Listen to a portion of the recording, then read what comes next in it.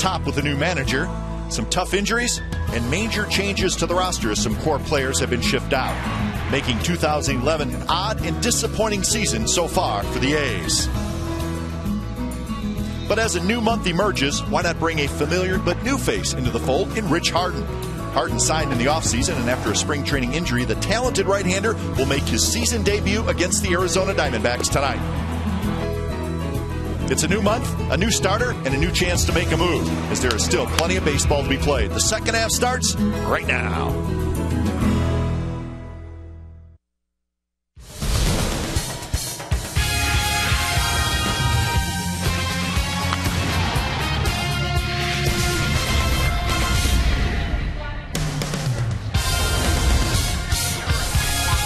Friday night baseball from the O.co Coliseum, and it's more interleague baseball as the A's take on the Arizona Diamondbacks. Bob Melvin, he knows all about the Diamondbacks. He was their manager for 4 years, and we get to see Rich Harden, his first start here in 2011 tonight. So it's the first of a 3-game series. It's the Oakland A's and the Arizona Diamondbacks coming up on Comcast Sportsnet, California. Good evening, everybody. Thanks for joining us tonight here on Oakland A's Baseball, along with Ray Fosse. I'm Glenn Kuiper. This is game number 83. So, Ray, A's just a shade past the halfway point, and the numbers don't lie. Pitching's been good. Hitting has not been good. We've talked about that for about 3.5 months now, haven't we? Because that's been the story for the Athletics. No doubt pitching has been tremendous as they have an earned run average of 3.11. That leads the American League. That's first. But get down to the bad, there's no doubt the batting average is down. 43 home runs, and even worse than that, 66 errors, 45 unearned runs allowed, most in Major League Baseball. This club came in supposedly to win with pitching and defense. The pitching has been there, the defense is not, and definitely not scoring enough runs to win ball games. So tonight, Rich Harden makes his first start here in 2011. And Ray, he didn't pitch any in spring training, and he made just a couple of rehab starts. So it's going to be interesting to see what Rich Harden brings tonight. Well, we hope he stays healthy. He's a fastball changeup pitcher. When he pitched for the Rangers last year against the Athletics, he struck out 9. He was outstanding. The one thing he says, I love pitching at the Coliseum, and perhaps that's the reason he came back to sign with the Athletics. He's not been on the mound before tonight, other than simulated games. It'll be great to see him in uniform pitching here at the Coliseum. Let's hope he continues to pitch well as he has in the past when he's pitched at home. And not an easy task. Arizona Diamondbacks tied for the most home runs in the National League, so they like to hit the ball out of the ballpark. So game 1 of the series is coming up. It's the A's and the Diamondbacks. We'll have lineups and first pitch from the Coliseum right after this.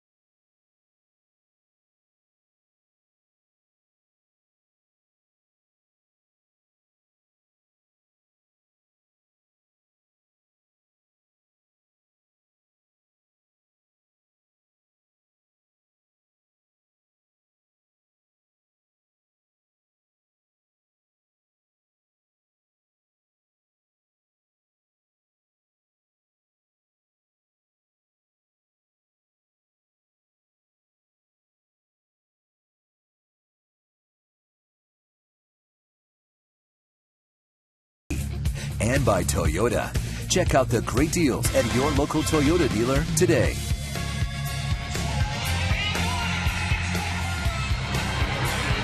Now the meeting at the home plate area. Kirk Gibson, the manager of the Diamondbacks. Bob Melvin, the manager of the Oakland A's. The lineup cards exchanged. Ground rules are covered. And then we are going to have baseball. So let's check the game time weather, brought to you by the Santa Cruz Beach Boardwalk. Get to the beach. The admission-free boardwalk is now open daily. It is hot, folks, 76 degrees, but it feels even warmer than that. And sun and warm all weekend. In fact, and out by us, Ray, east of here in the Danville area, it was triple digits, and it's supposed to stay that way. So it's a hot time in the Bay Area, and it feels pretty good. So that means tomorrow night for the 6:05 fireworks follow the game, and Sunday afternoon the series finale will be in golf shirts. Sure. Because it's warm. If that's what you want to do, then that's what we're going to do. Well, we have to be comfortable. It is baseball. It's going to be a great weekend. The weather's going to be great, and the Arizona Diamondbacks bringing their 114-degree temperature from Phoenix here. They did. Actually, it is. It's their fault, and we're happy that they did. Absolutely. Here's the Diamondbacks lineup for tonight. Kelly Johnson at second base, Stephen Drew the shortstop, Justin Upton at right, Chris Young in center, Miguel Montero is the catcher, Willie Bloomquist back in the big leagues, he's the DH, Sean Burroughs also back in the big leagues, he's at third, Juan Miranda is the first baseman, Gerardo Jara is the left fielder. And we welcome back Rich Harden, and with the Rangers last year, 5-5 record, 20 games, 18 starts that he made. Of course, we all know his repertoire. That is a fastball, changeup. If those two pitches are working, he's basically unhittable. Let's hope that is the case, and more importantly, let's hope he stays healthy. Wearing the familiar number 18 here at the Coliseum, where he enjoys pitching, and let's hope that is the case tonight in his first start of the 2011 season.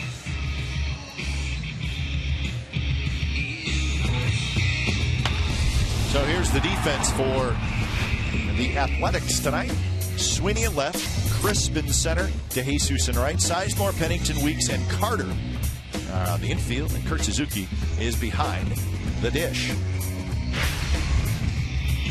So Rich Harden finishing up his warm-up tosses, and he takes on the Diamondbacks team that is right in the thick of the battle in the National League West.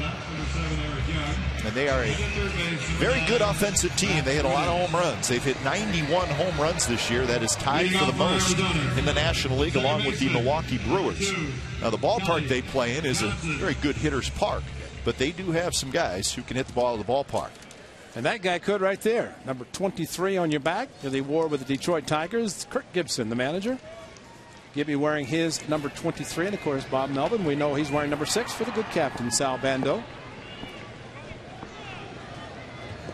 So Rich Harden is ready to go, and the first pitch of the ball game to Kelly Johnson is right there for strike. First pitch, 7:08. Johnson, Drew, and Upton, the top three hitters for the Diamondbacks.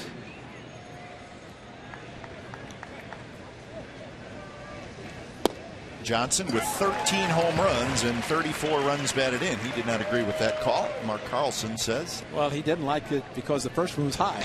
It was the high strike, then it goes to the low strike, and Mark Carlson said, like calling strikes. It's a changeup, and a good one. 3 pitches, changeup at 85 after an 89 91 mile an hour fastball. There's Carlson calling balls and strikes. Jeff Kellogg is the crew chief. He's at first. Rayburn at second. Cooper at third.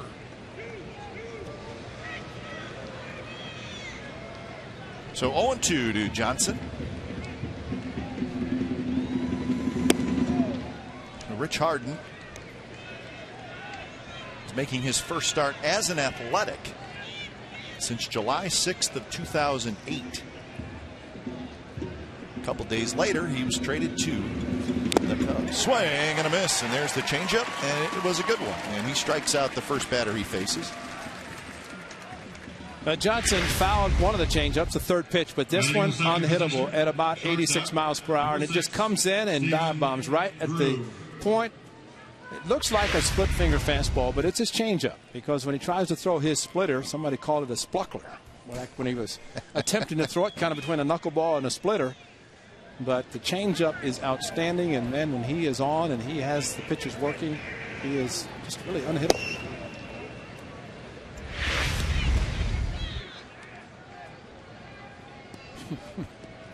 Another inning or so of that. Center field is in the sun.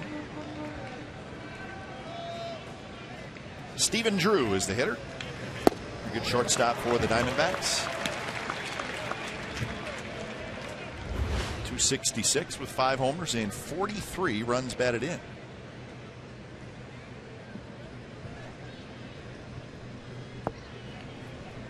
And Coco just on the edge of the sun. Justin Upton in the on-deck circle, just underway from the O.co Coliseum. The final weekend of interleague play all around baseball. Right there. Good pitch, 2-2.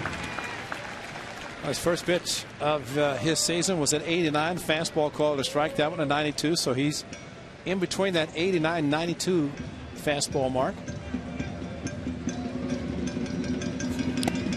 And a good one. And that's back-to-back strikeouts. And the Dodge Charger keys to the game for Rich Harden, strikeout 27. No, let's see. Help boost an already strong staff. That would be Rich Harden. For the offense, a little bit too late yesterday, but they did score 4. But a step in the right direction. 4 runs. Kurt Suzuki with a 2-run home run. Coco Crisp with a solo. So the A's, first time in over 30 games, 2 home runs in the same game. The ball should be carrying very well this weekend. The weather warming up. And here's Justin Upton, young star right fielder for Arizona. 304, 13 homers, 43 runs batted in after a big month of June.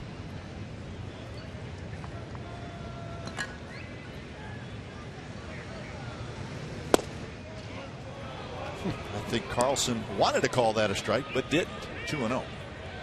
Are you looking at his right shoulder flinching just a bit? It was that flinch that led me in that direction.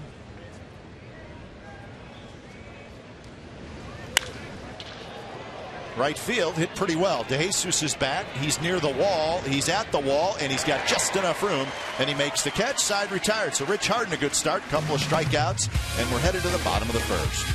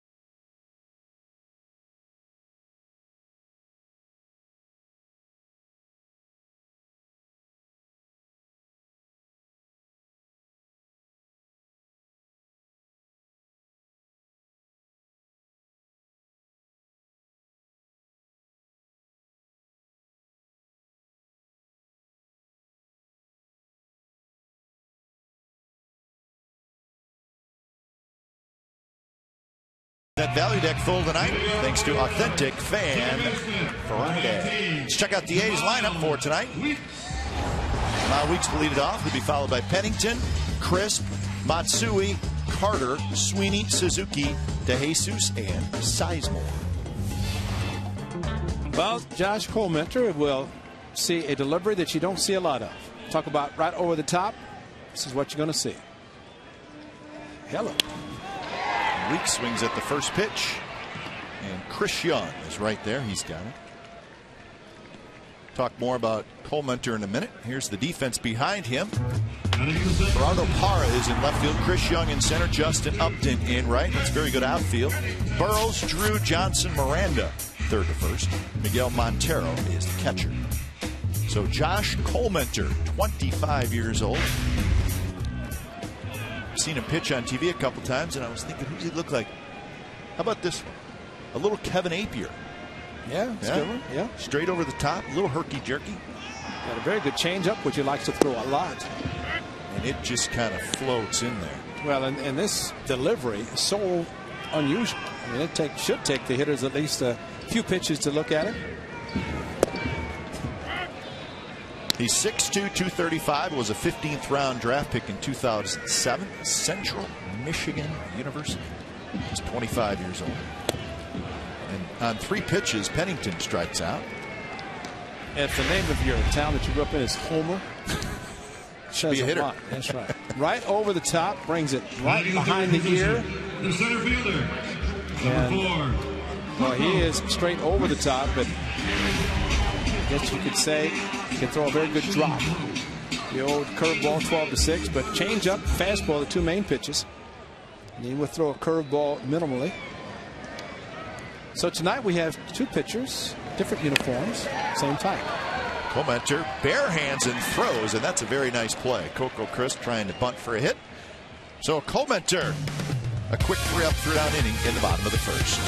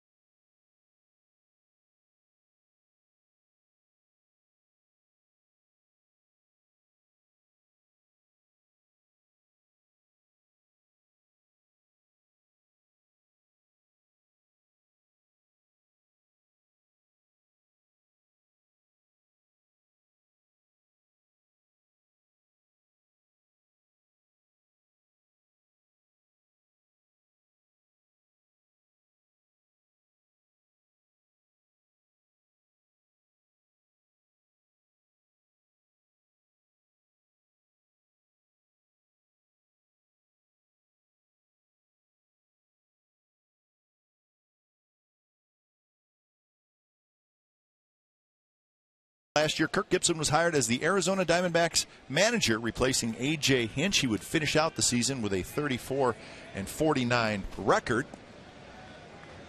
But how about maybe not hustling out a ground ball and he's standing there waiting for you in the dugout? That may be reason enough to keep him. Did a pretty good job, and they kept him, gave him a 2-year contract, and he's got the Diamondbacks right in the race in the NL West. They're a pretty good young team. Well, if you have talent, and if you're in the big leagues, normally you're not going to be in the big leagues without talent. Long run, Pennington, and he's called off by Sweeney, and Sweeney makes the catch. Long run for everybody, and Sweeney hauled it in. But if the talent is there and you just need a little motivation, Kirk Gibson is the type of manager that will motivate you. And it is a talented team. Yeah. So they're trailing the Giants by 2. Rockies 6.5 back. D-backs are 21-19 on the road, 9-6 in interleague play, and they just finished up the month of June with a 14-13 record. They made their move in May. They went 19-10. So 11-15 in April, and then the big May, 19-10. That got them right near the top. This is Miguel Montero, their catcher. 9 home runs, 40 runs batted in. So Harden has retired the first 4. And that one called a strike, 2-1. So a 2-0 splitter, or a change.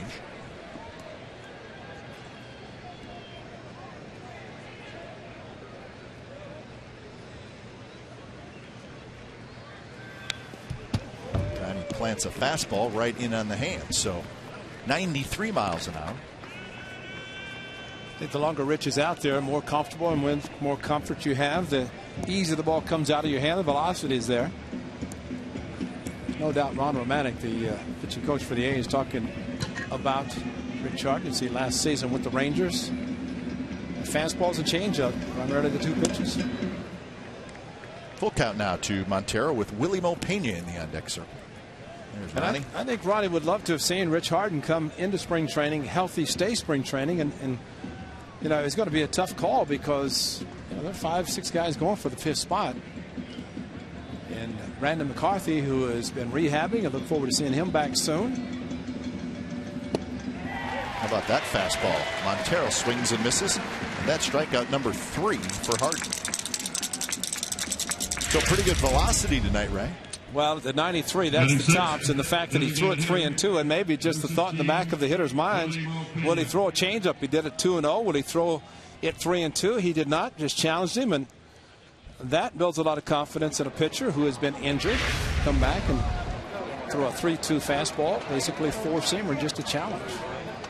There's Rich Harden sitting way up in that special section of the value. And a nice night up there as well. Nice and warm tonight. We'll be checking in with Kate Longworth up there in a little bit. No blankets up there tonight. Should probably interview Rich Harden. That would be a story. Well, from the 3rd deck. So here's Willie Pena just back to the big leagues. He's helped the Diamondbacks out. There's the Comcast Sportsnet value deck.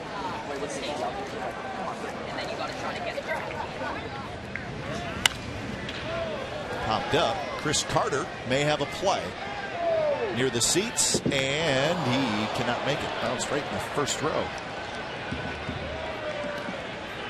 Chris, and of course any corner infielder will learn a ball that looks like it's going to go to the seats, you run hard to as far as you can run, and that would be the railing, of course, for the field level seating, diamond level behind home plate. But see, he's kind of drifting. He could have reached in if he had gone right there immediately and then reached in and made a catch, but he gets another shot at it. And he drills one to left field, and that is gone. That may have been the hardest ball I've seen hit this year. It's still going. Oh my goodness. That was a changeup that didn't change. Well, Pena came up with the Diamondbacks, and they said he would be used primarily as a DH in American League Park. Well, he did.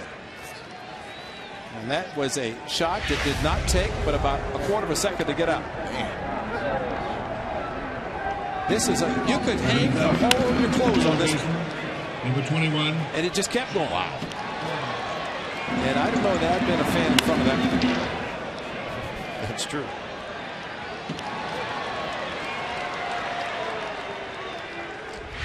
So Willie Pena with his 4th home run. Carter has that. Sean Burroughs grounds out, but Willie Pena with a home run, and the Diamondbacks settle 1-0 lead.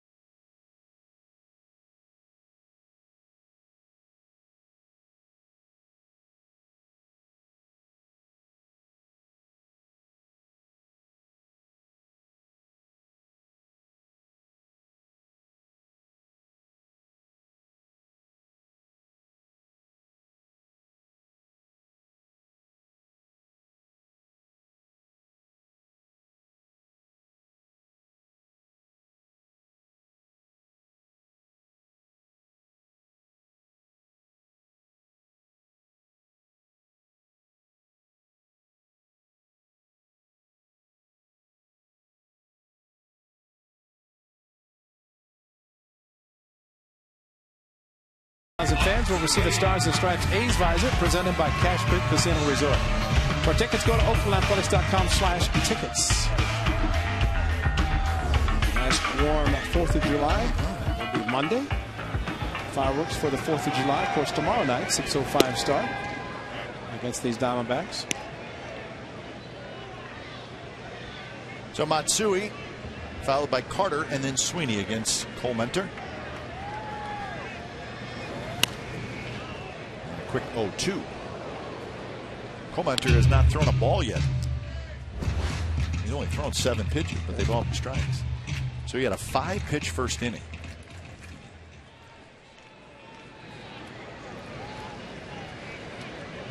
Neki Matsui struggling. He was 1 for 12 in that series against the Florida Marlins. He averaged down to 215.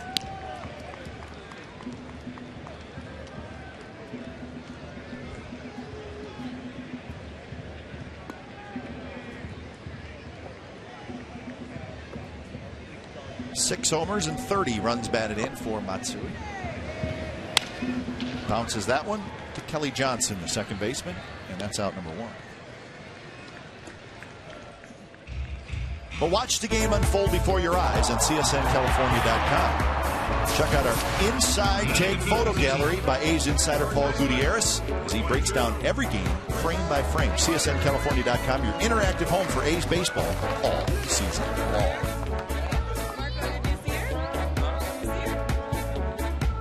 So 1 out here in the bottom of the 2nd inning. Here's Chris Carter, who takes a fastball on the outside corner.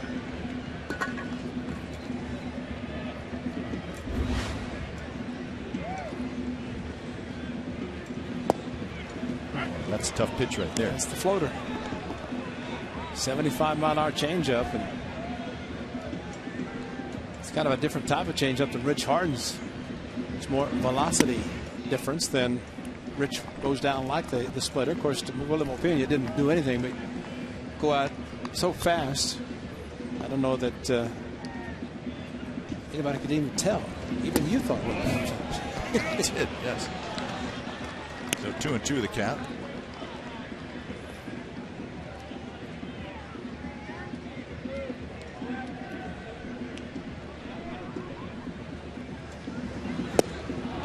Swings and misses. The ball pops out of the glove of Montero. So that's out number 2. Well, that's an outstanding changeup. Wow. I mean, you almost get the point. If he's a 2-pitch pitcher, you look for one or the other. You cannot look for both.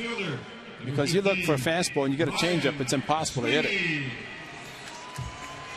And I'd say you just have to try to get a fastball sometime in the count. Because if you get a changeup, you're going to swing like Chris Carter did.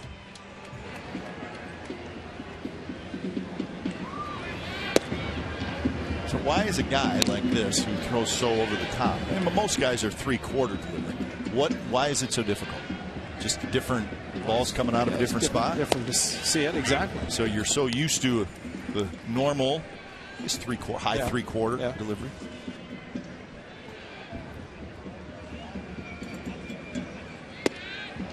There's that big curve ball, but it stays high. 2-1 to Sweeney.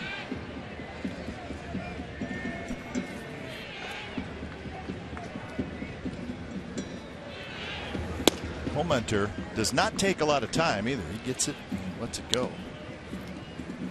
Well, maybe he pitches when the roof is open in Phoenix and it's so hot. He wants to get back in the dugout. Right. That's good philosophy. Change up 3-1, and that's a great time to throw it because hitters typically are sitting fastball. Ryan Sweeney was, but could not make contact, or did slightly, but not anything sufficient because of the changeup and the velocity. 75 right over the top. Oh, it's about a 15-mile-an-hour difference. Popped up. The shortstop, Stephen Drew, drifts back. He's got it. So Cole Mentor has retired the first 6, and we are going to the 3rd. 1-0 Diamondbacks.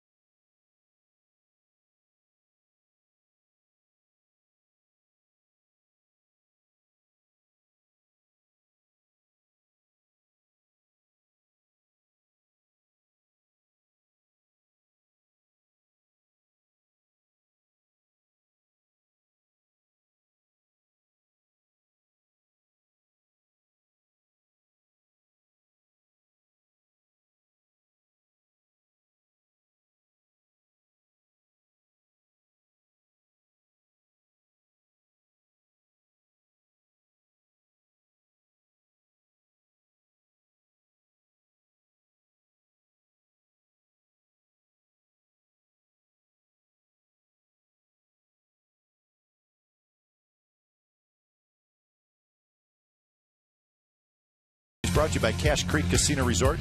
Play the zone only at Cache Creek and win a chance to play the Red Hot Zone. Visit cachecreek.com for details.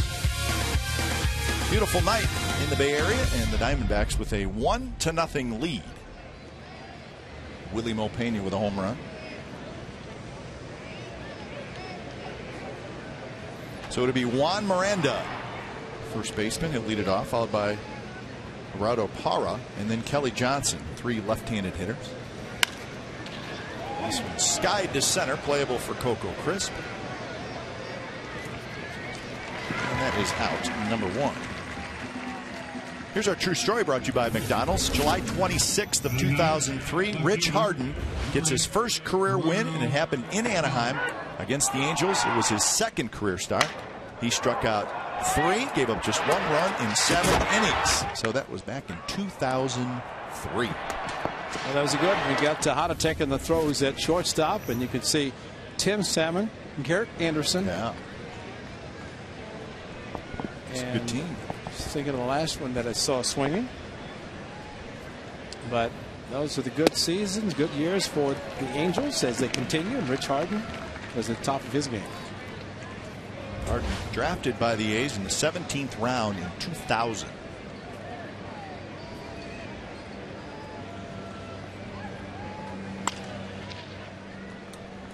Going back to last inning, and of course Chris Carter's first game with the A's in New York against the Mets.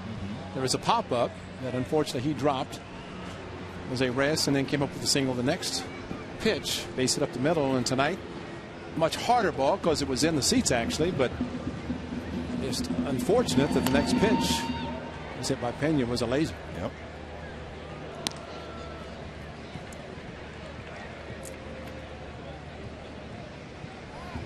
Willie Mo, he's a big man. A little strong too. Yeah. 0-2 pitch to Parra. Right 2 weeks. It's And like that is out, number 2.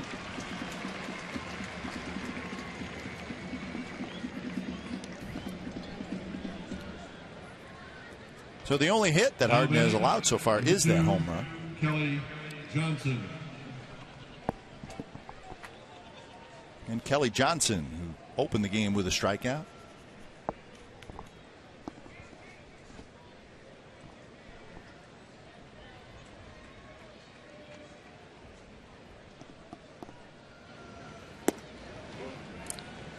Saw the home run that Pena hit off of Harden, the changeup, and when it moves, it's great.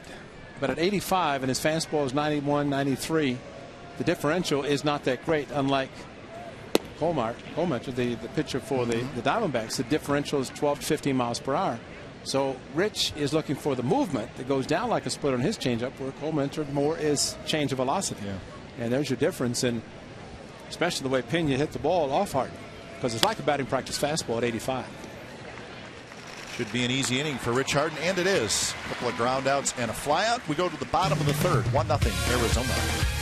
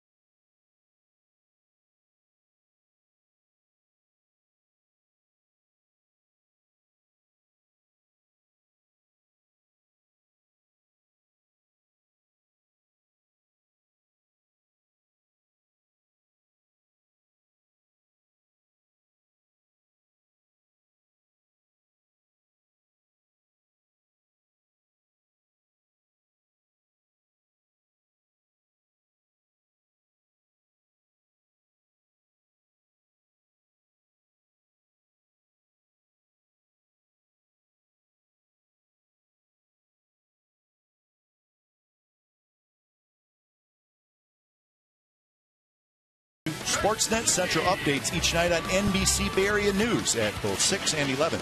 Comcast Sportsnet and NBC Bay Area working together to bring you the best in local sports. Bottom of the third inning, it's the Diamondbacks with a 1-0 lead. Josh Comenter has retired the first 6 that he has faced with a couple of strikeouts, a couple of ground ball outs, and a couple of fly ball outs.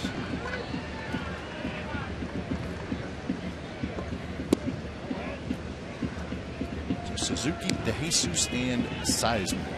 Speaking of laser shots, Kurt Suzuki yesterday with a line drive in the 9th inning that went over or near the barbecue terrace in left field. 2-run home run. Do it again. Way out ahead of this one, but it is going to be well fouled. This was yesterday afternoon against the Marlins, and Kurt Suzuki with a shot on a low fastball just got over the 330 sign. That made it 5-4, but that was it. A couple of strikeouts and the game was over. So a couple of hits for Suzuki, so maybe something to work on for Kurt Suzuki.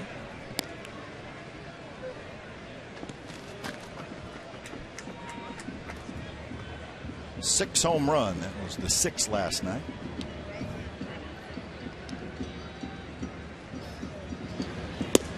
Swing and a miss. So strikeout number 3 for Comenter, and Kate Longworth is indeed upstairs.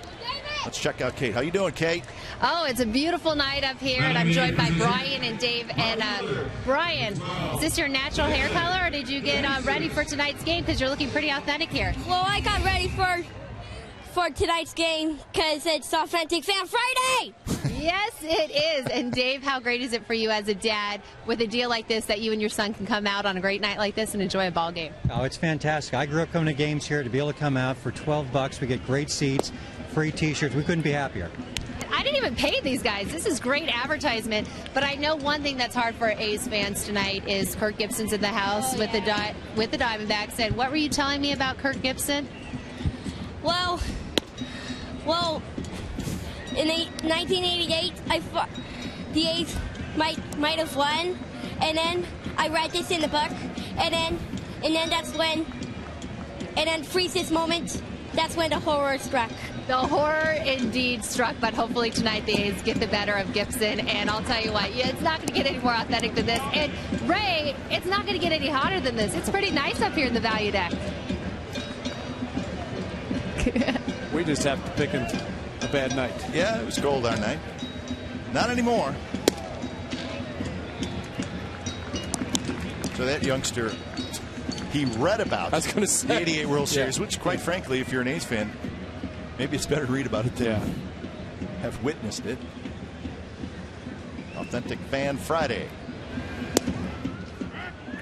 3-1 pitch right on the inside corner. So now it's 3-2.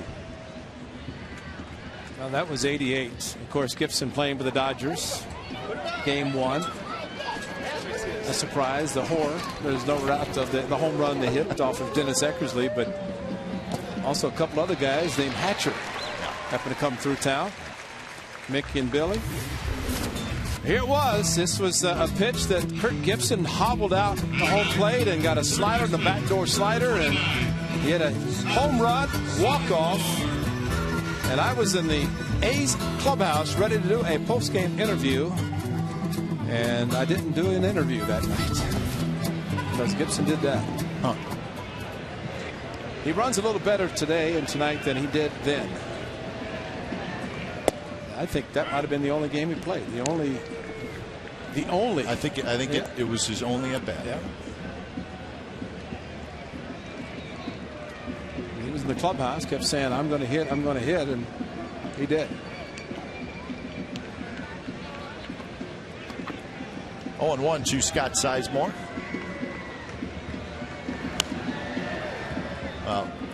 The thing I remember about it, watching it on TV, was the swings he took before the home run on the foul balls, and even I think he tried to maybe get out of a way of a pitch or something, and it was like he could hardly stand. Well, it was all upper body swing. That's why the slider, and of course, Mel Didier, the man scout, said if he gets the 3-1s, Eck will throw a slider. And, of course, that's the story you talk about. But in hindsight, if the guy can't use his lower body, why would you throw him an off-speed pitch in the first place? And that's what he got. That's what he hit. Just meant to be. I mean, you see that shot when he's rounding first and he pumps. Well, at that point, there's a little adrenaline going. He's going to get around the bases. Right. Man.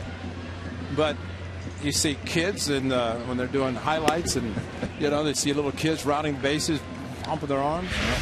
But just watch this swing. Look at the lower body. Just a very slight stride. And upper body, that's it. And his back leg is pretty came much up, off the ground.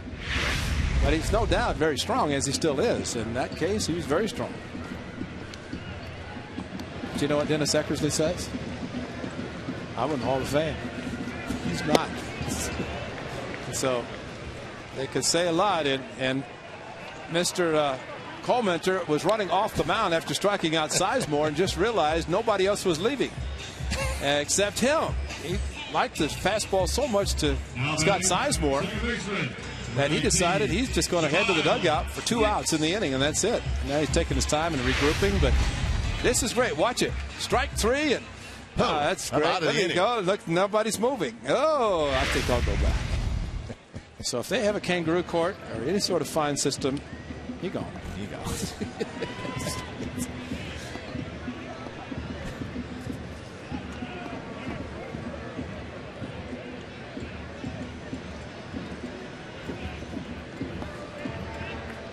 So DeJesus still at first. He had the 1-out walk. Weeks hit a fly ball to center field in the first.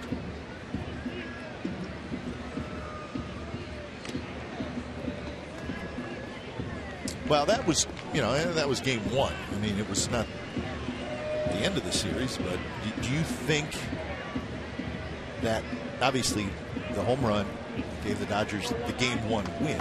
Do you think that hit affected the rest of the series at all? Well, the biggest problem the A's knew, or Hershiser was pitching game 2, and he had that consecutive scoreless streak. He was on as good a run as was ever in any season, and especially going to postseason.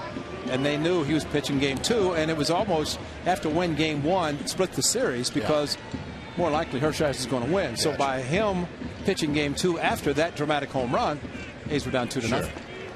So it no doubt affected, because the A's, I mean, Canseco hit the camera in center field with a grand slam and had the lead and then blew it.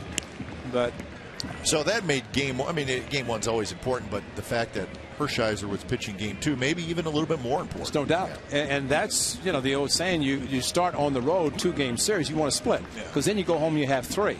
Well, it took the A's winning game 3, but then that was it.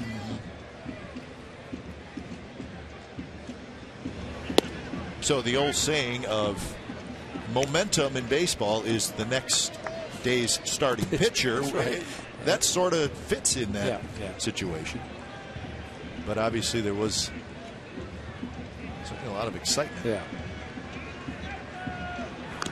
But I will say, no doubt, with the A's losing in 5 games and being in the clubhouse and seeing and hearing the players as if to say, we'll be back. And sure enough, back and sweeping the Giants in the unfortunate Earthquake World Series. But there's no doubt the World Series in '88, the A's lost in 5, swept the Giants in 4 in '89, and swept by the Reds in 1990. So not a lot of World Series games in those 3 consecutive World Series appearances, but 1 win, 2 losses.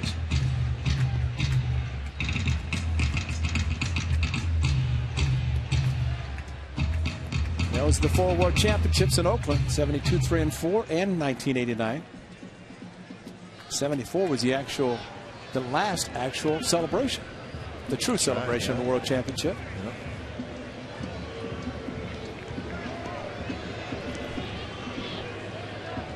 So 1-2 the count to Weeks.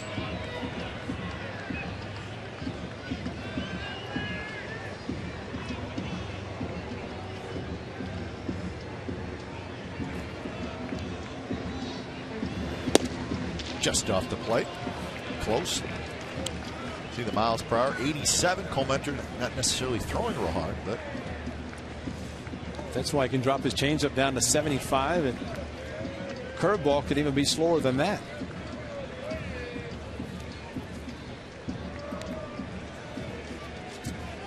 bad for a rookie. He's pitching very well. DeJesus runs, and that pitch is line to right. That's a hit. And DeJesus will race around to third. So the A's have first and third, 2 outs.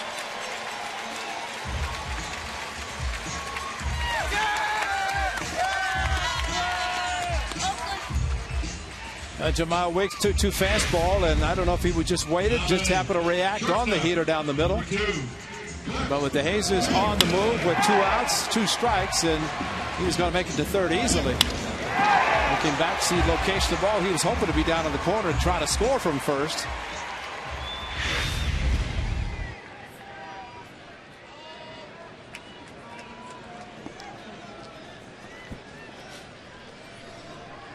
There's Pennington, who struck out swinging in the first inning.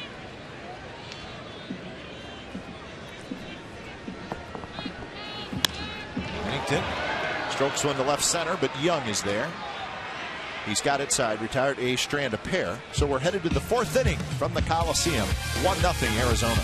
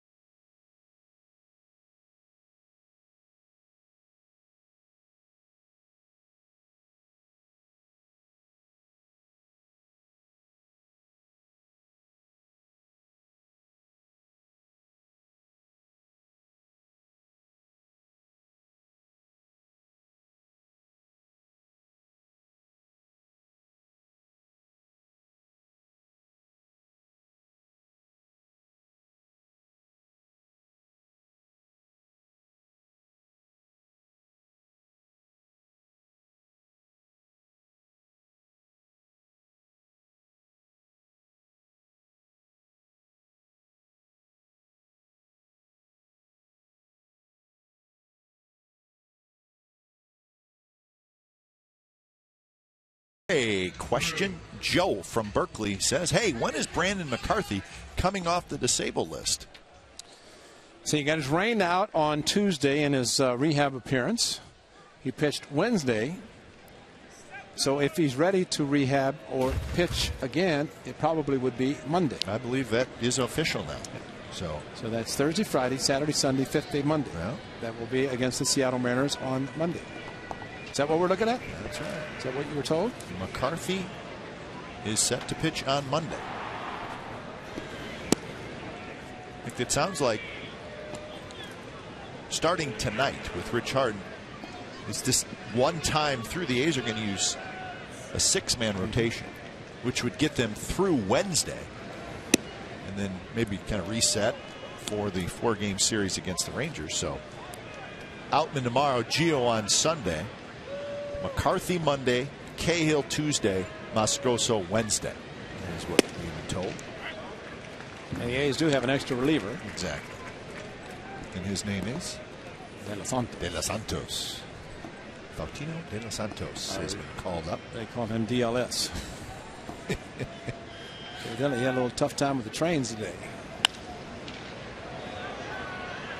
But he's here, and 3 extra men for the Athletics.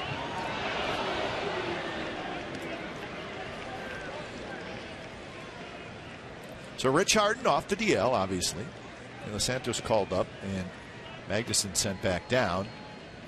Bobby Kramer designated for assignment, and of course the trade of Mark Ellis is part of the addition and subtraction here as well. And we congratulate Mark Ellis, who probably is being interviewed quite extensively tonight in Colorado after his debut with the Rockies. A 3-for-4 night at least. Was it 3-for-4, B.I.? 3-for-5 with you know what, though, Ray? run. He didn't hit for the cycle. Single, double homer. That's beautiful. Come on, Ellie.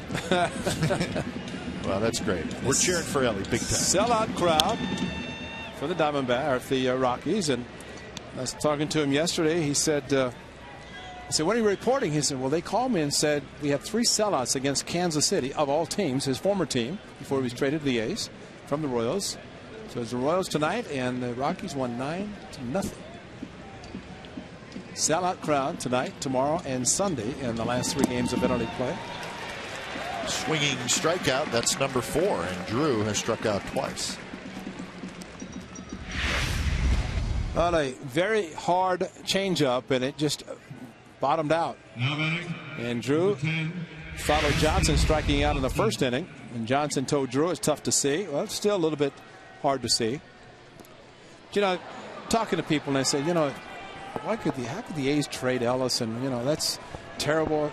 Listen, it's the best thing that happened for Mark Ellis. And I commend Billy Beane, A's general manager, for making the trade. Chris Carter makes a nice play to get the out, but it gives him an opportunity to play where he was not going to play here, and he knew he wasn't going to. Here's our Farmers Insurance report card. A little bit to do with Mark Ellis. Again, traded yesterday to the Colorado Rockies. Came up with the A's in 2002. Nobody has played more games at second base than Mark Ellis, and of course, we wished he would have got a Gold Glove or 2. That did not happen, but you know, we've said this many times, Ray. I mean, those are statistics and all that, but outside of that, he is one of the best guys I've ever met in baseball. He's terrific. He's fun. Doesn't take himself too serious. He doesn't big league you, as they like to say. He's just a normal Joe. So we'll miss him for that. And the guy pitching right now, the last member of the 2006 team that won the division and played the Tigers in the League Championship Series, and only Rich Harden, who started Game 4 in Detroit, the lone remaining member of that team. Yeah, but you're right about Billy Beane. I think he wanted to do right by Mark Ellis, and he did. Absolutely. There was no way Ellie was going to stay in this clubhouse on this team the remainder of the season and sit on the bench and watch Jamal Weeks, who he told Bob Melvin, said, he's your second baseman. Don't even worry about it. He said, I'll do what I have to do to help you. But he was able to see Jamal Weeks, as Bob Melvin did, for the time that Ellie was on the disabled list, and everybody knew he's the future. He's healthy. He's going to play. And Mark Ellis realized that. And again, it's great of Billy and the A's organization to move Mark Ellis someplace where he can play and no doubt help the Rockies. They have to be ecstatic to get a quality person and a very good second baseman. And they've been looking for a second baseman all spring. Well, they've ran through a bunch of guys. Liner. And that was a shot. So Chris Young with the 2-out base hit. This guy's going to hurt somebody. Man. Pena crushed the ball, went in the seats. At the mile per hour, the ball leaving his bat, Young's bat, because number 26, Miguel fastball, and he just dropped the head of the bat on it. And it was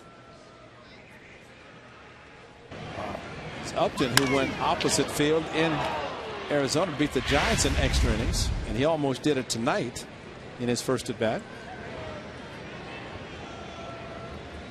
Here's Miguel Montero. The Rockies were actually, it was talked that Michael Young might be going to the Rockies out of spring training because of the acquisition of Adrian Beltre, and he was going to be kind of a little odd man out, but his contract was a little bit steep.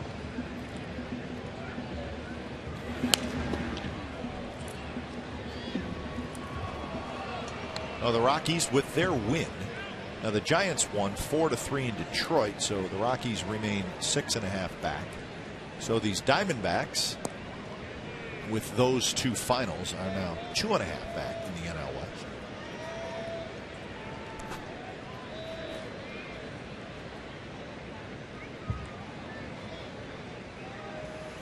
Swing and a miss.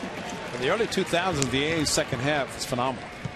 And we have seen the Rockies in their second half surge. And so they've got to be feeling good about themselves, even though they are trailing the Giants, the Diamondbacks.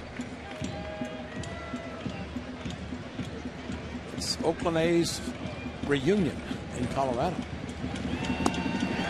And there's the change, and it's a good one, and that is strikeout number 5 for Rich Harden. 1-0 Arizona as we head to the bottom of the 4th.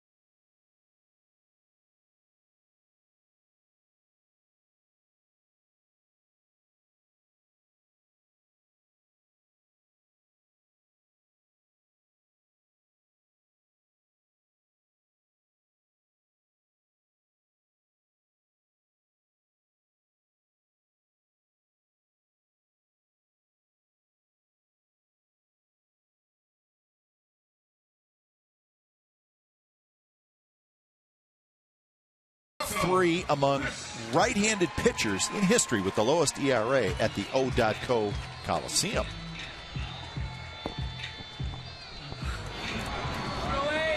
That's upstairs in the Comcast Sportsnet Value Deck. An authentic fan Friday. Get those cheer cards.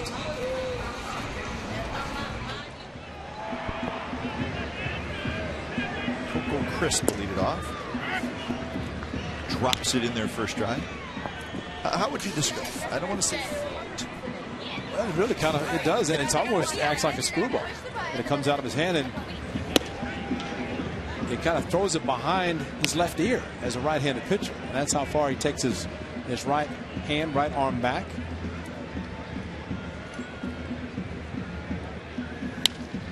Remember when Gaylord Perry was pitching, and of course everybody accused him of throwing that illegal pitch. But Gaylord would throw his fastball in 83, towards the end of his career, 83, 84. And he brought up a good point. He says you always want to throw above or below the average. You don't want to be average because that's what hitters look for. You have the exceptional fastball and you're high, but he was always below. Yeah. And he always had the equalizer. So if he would have tried to hump it up, get a little more, he'd be 86, 87, right? Yeah. In the heart of the hitting zone. Yeah. Yeah. And he was smart enough to realize that he was never going to do that. 300 game winner, Hall of Famer. Line drive into the glove of Stephen Drew. Celebrate the Independence Day weekend tomorrow as the A's face these Diamondbacks. Come enjoy the patriotic fireworks show from the outfield grass after the game. The show is presented by Paramount Pictures and Marvel Entertainment's Captain America. It's at theaters July the 22nd. For tickets, go to oaklandathletics.com/tickets.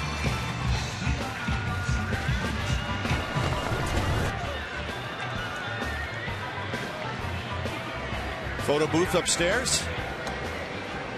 Let's go there in front.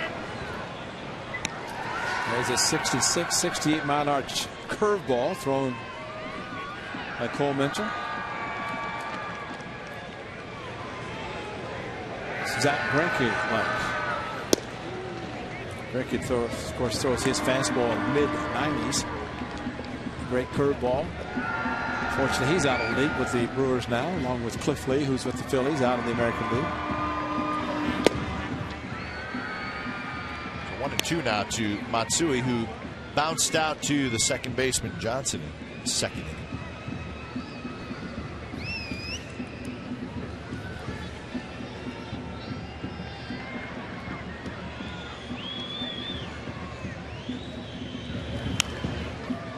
Rangers are just clubbing the Florida Marlins. It's 15-2 going to the 9th inning. Texas over Florida. That is down in Arlington.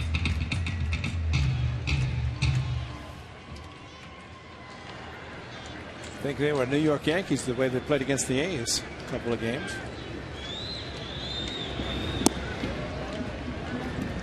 The Dodgers are leading the Angels early 3-0. That's Kuroda and Chatwood, the pitching agent.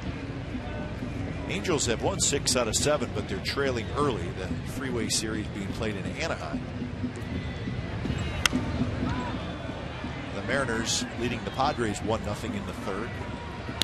Mosley for the Padres, Vargas for the Mariners. Mariners not playing well. They've lost 7 out of 9, and they're now 3 games under 500. Isn't it a little late for the Angels to be playing the freeway series, the rivalry of the Dodgers?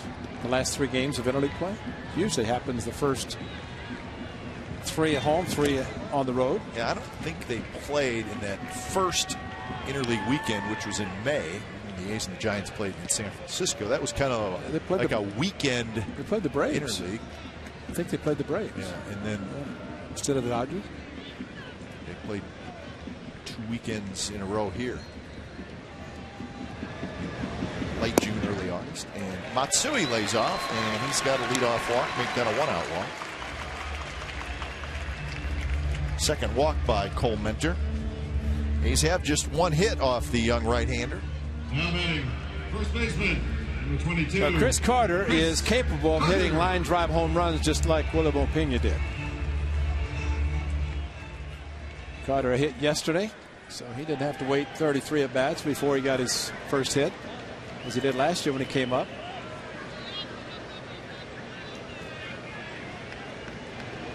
Oh, that is that changeup, and it comes out of his hand a little funky, and it just boom. He could throw it as many times consecutively as he wants. And there's not many hitters going to stand at the plate and say, okay, he's going to throw me a fastball now. And you just keep pumping the changeups.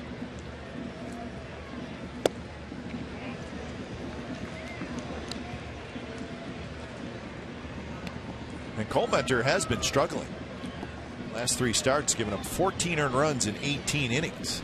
Thanks. Yeah, so he's feeling better about himself right now. He opened the season in the bullpen, and he was terrific out of the bullpen for the Diamondbacks. And then on the 14th of May, they gave him a start. And he threw 6 shutout innings against the Dodgers and won 1-0. His next start, 6 shutout innings against the Braves. So off to a terrific start, but last 3 starts has been defeated by the Giants, the White Sox, and the Tigers.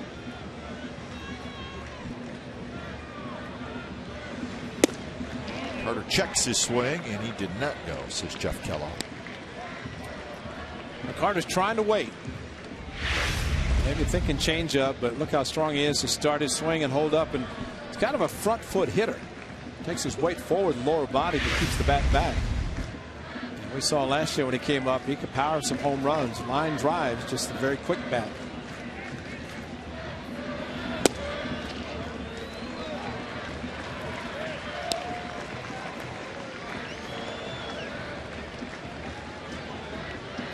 He is looking to Mike Gallego to see if Matsui is going to be running. Otherwise, you don't see a hitter looking third base coach for the count of 3-2. There's not much Mike Gallego to tell him except see the ball, hit the ball hard someplace.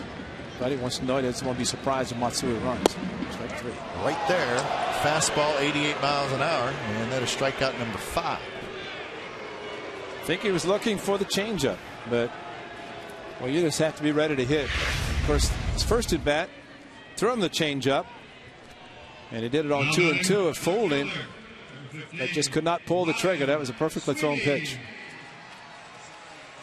Tommy Cam inside corner at the knees.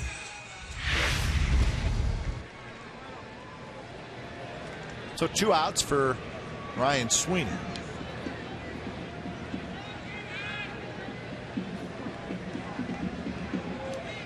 Sweeney popped out to the shortstop to end the second inning. Matsui, not being held, takes off. The throw to second base is off the glove of Drew. I think he would have been safe anyway. So Matsui, a little sneak attack, and he has a stolen base. He was not being held, and he got a kind of a little walking lead, and then took off. Well, that's perfect for Bob Melvin, the manager. Mike Gallego to notice this, and he's running well. As we have seen him score from first on a double. We've seen him play very good defense left field, moving quite well, and that was a nice stolen base, and why not get the score position? And Ryan Sweeney, easier for him now to try to get a base hit to score it. You said it better. I mean, he's running so much better. I mean, watching him last year, he just was not running very well.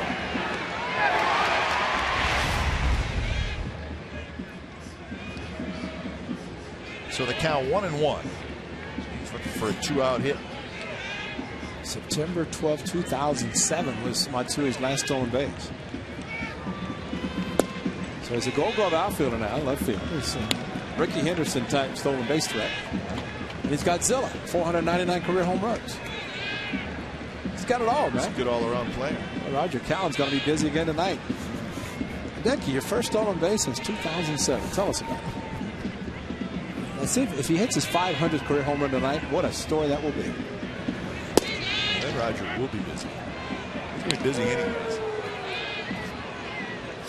I said to Roger, we featured you and on the road trip, showed a nice close-up of you. And said you probably got a lot of cards and letters. He said, I did. My mother. The most important That's person. Right. He got a note from his mom. Said she saw it. So I said, it's perfect. It was worth it. Sweeney, shallow right, and that will drop. And this ball game is tied. Matsui's stolen base, a big part of the A's tying up this ball game. Just a little flare to right. Sweeney will take it. It's 1-1.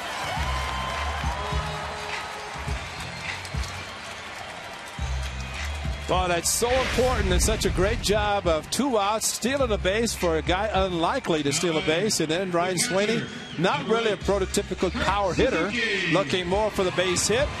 And you put the runner in scoring position so he can score on a base hit versus staying at first and scoring on 2. And a very, very good play. Matsui, 2 outs, running on contact, and there's your tying run scoring right there. Thing of beauty. A 1-out walk, rated bat by Matsui, stolen base, and scored a run. So Sweeney gets his 10th RBI.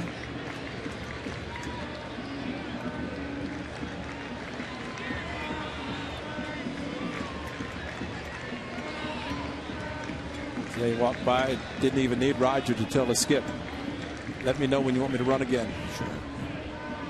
Maybe he's got the green light. They'll be holding him on the next time he gets to first base.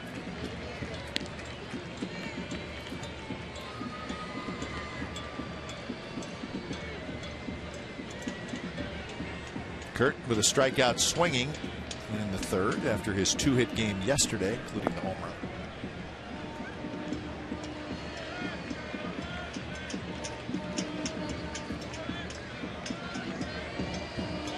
Sweeney runs, pitches outside, throw to second base is there, and Sweeney's out.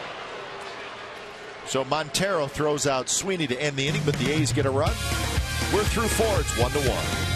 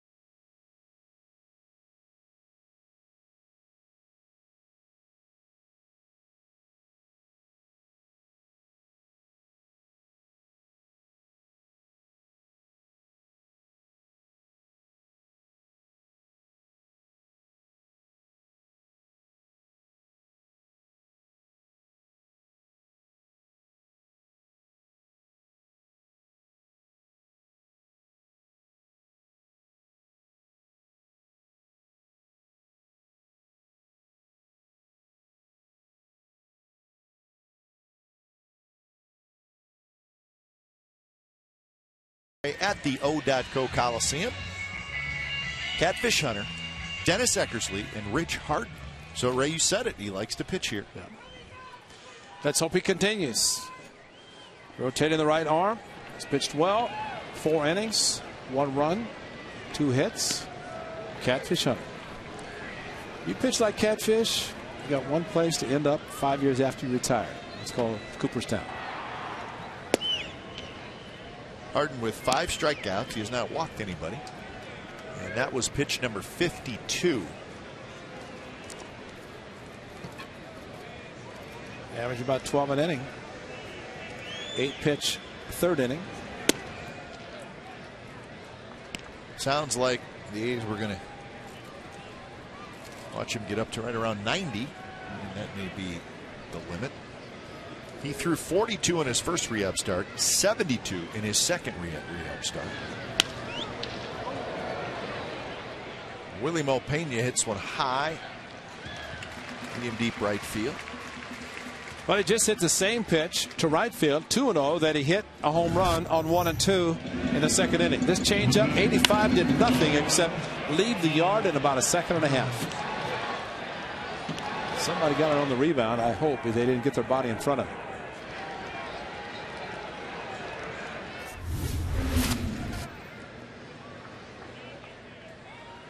Got food on that last changeup. Better movement on the changeup, 2-0 to Pena from Rich Harden, but still carried quite well to right field. So with 1 out, Sean Burroughs hits. Drafted 9th overall by the Padres in 1998. Jeff Burroughs, former MVP of the Rangers, with the A's, father. Padres thought they had a rising star, but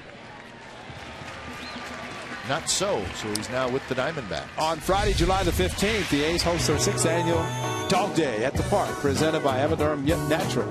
Fans are invited to bring their dogs to the Coliseum as the A's host the Angels. The fun will begin at 5:30, and each pup will receive a goodie bag from Aviderm. A portion of the proceeds will benefit Dogs for Diabetics. Online registration is required by July the 11th. For more information, visit oaklandathletics.com/dogday. We'll be here. That's the Friday right after the break, right? Yeah. Doubleheader on the 16th. Doubleheader the next day. A scheduled doubleheader. Yeah. A 2-for-1. Let's play 2. Ernie Banks. That's right. None of this day-night stuff. How much time in between games usually? 30 20 minutes, half an hour? Yeah, half hour.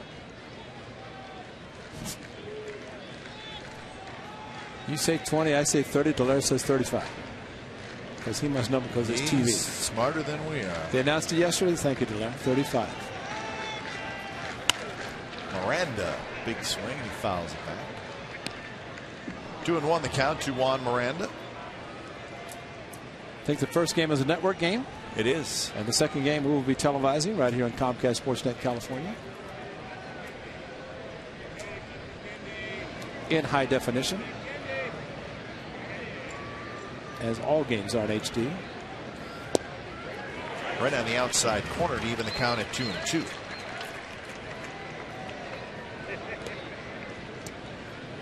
So if Rich continues to have that tremendous ERA pitching to the Coliseum, then Ron Romatic and Bob Melvin can schedule all of his starts for the second half of the season right here. Line him up. There it is. Change up, and that is strikeout number 6. So Harden is rolling. We're tied at 1 after 4.5.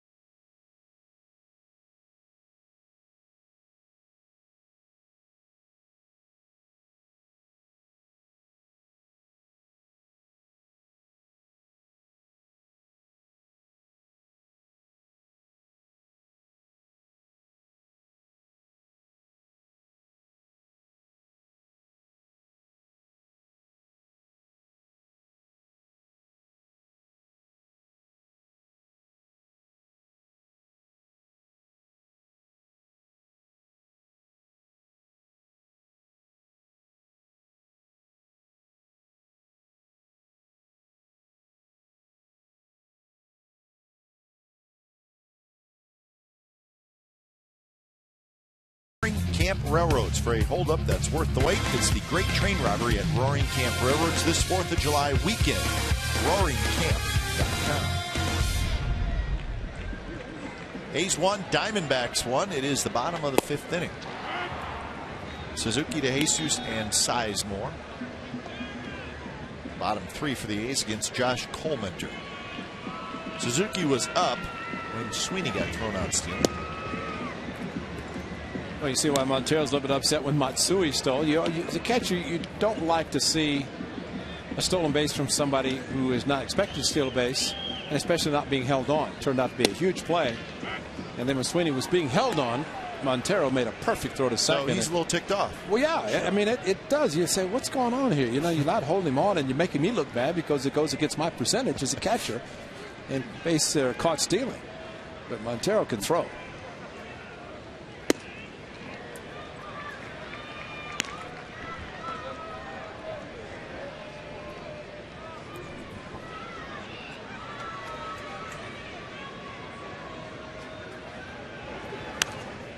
Foul straight back. Kurt Suzuki, one of those guys that is glad that the calendar has turned into July. Hit just 157 in the month of June. I guess you could say the whole A's team is glad the month of June is over. It's not a good month. So turn the calendar. Third consecutive season, the June swoon has hit the A's, and that's not good because you start off the season and a lot of hopes, and just got real ugly in the last month. But still plenty of time, still a lot of baseball left in this 2011 season. A shot foul. Now the A's went 13-14 in April. They went 14-15 in May and 9-17 in June. So what they really need, they need a big month. Yes, they do. They need a reverse June. Exactly. And especially next week, 4 games going in to play the Rangers in Arlington. Popped up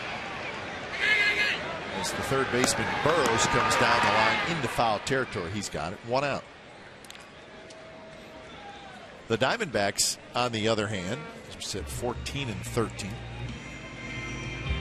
Team with the best record in June was the New York Yankees. They went 18-8.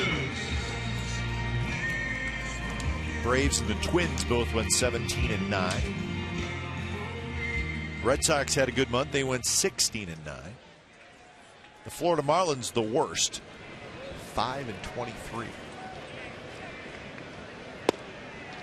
Astros second worst at 8-19.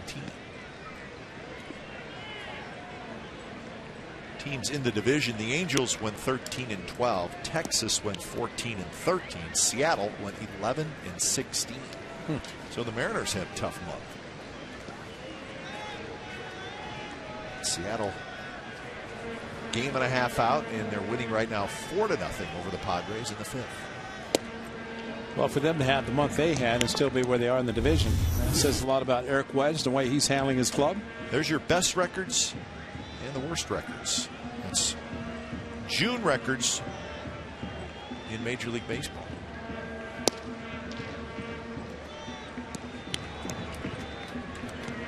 Well, David DeJesus yesterday had a very important streak for him come to an end. 301 consecutive airless games playing in the outfield.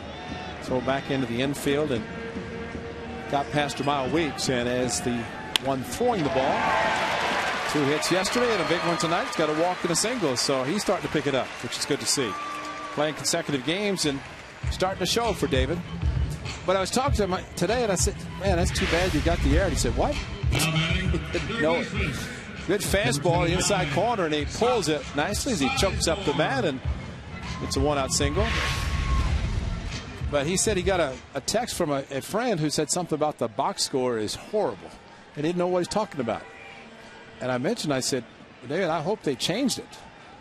And then I checked the box score and showed it to him, and they had not changed. So that streak of a great streak, great defensive player, now has an error in the column. Well, got by Jamal Weeks. The runner had stopped at third and then came around to score, which unfortunately at that point made it an error. I think more than anything, David DeJesus is very happy to be in the lineup every game. He has been recently. Want to know to Scott Sizemore.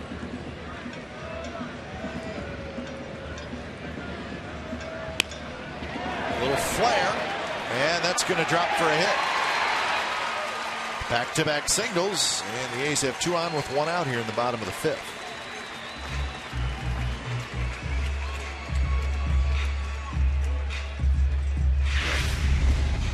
The A's took off running. Looked like he was going to go to third base as Sizemore hit a soft fly ball to the right center. David stopped right there, and his point of stopping, although I don't think he could have gone to third even if he's running full speed. But the problem, he's going to be out and doubled up had the ball been caught by the right fielder Upton. Fortunately, it was not. So here's top of the order in Jemile Weeks.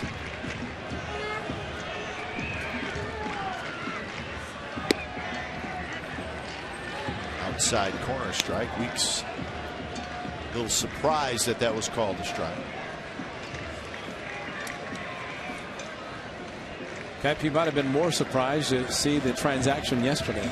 It's coming up and probably still just a short amount of time in the big leagues, but nothing really been said as far as him being the everyday second baseman, although he's been playing. It's confirmation yesterday when Mark Ellis was traded. Shallow center again. Young coming in.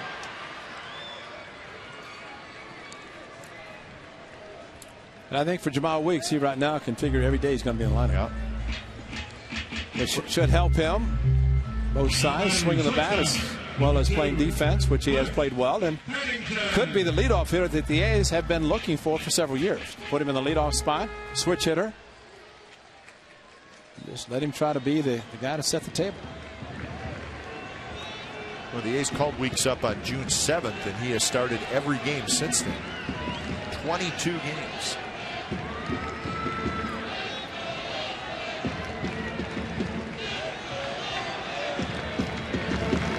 He just needs to stay healthy. And that was a problem for him in the minor leagues. When he did play, he was very good, but he missed a lot of time. Well, the A's must be feeling pretty confident that he is going to stay healthy, and maybe he's gotten through all of his leg injuries throughout his minor league career, short as it was, and can stay healthy here. He works hard, spends a lot of time in the weight room trying to stay strong, keep his legs strong, which is most important part of his game.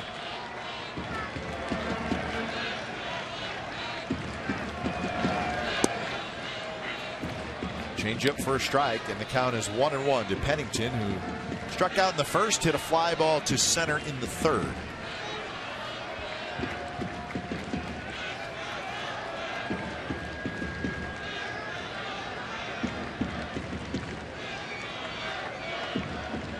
Jesus is the runner at second, Sizemore at first. They're ready to roll on anything.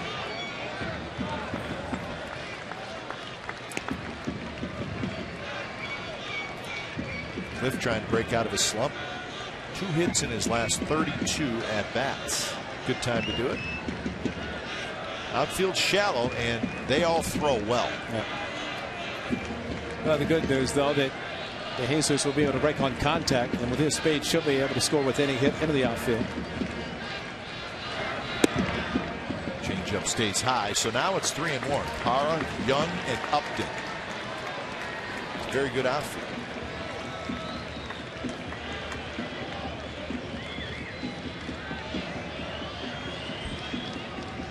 A's got a run in the 4th and looking for another one here in the 5th. This would give the A's the lead.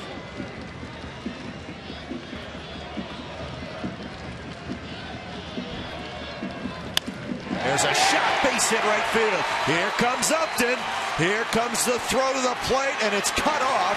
DeJesus slides safely, and the A's lead 2-1.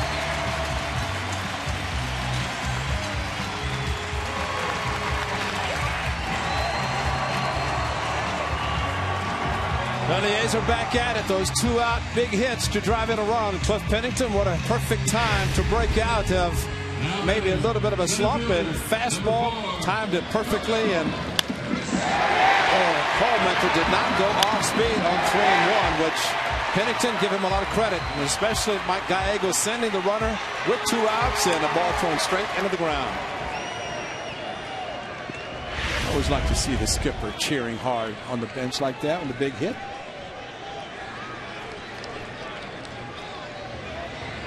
So Pennington gets his 22nd RBI, and now the A's looking for more. Here's Coco Crisp, and it's inside. If you're a player and you see your manager do that, I agree. You're going to do the same thing, you know. He's looking for another 2-out hit.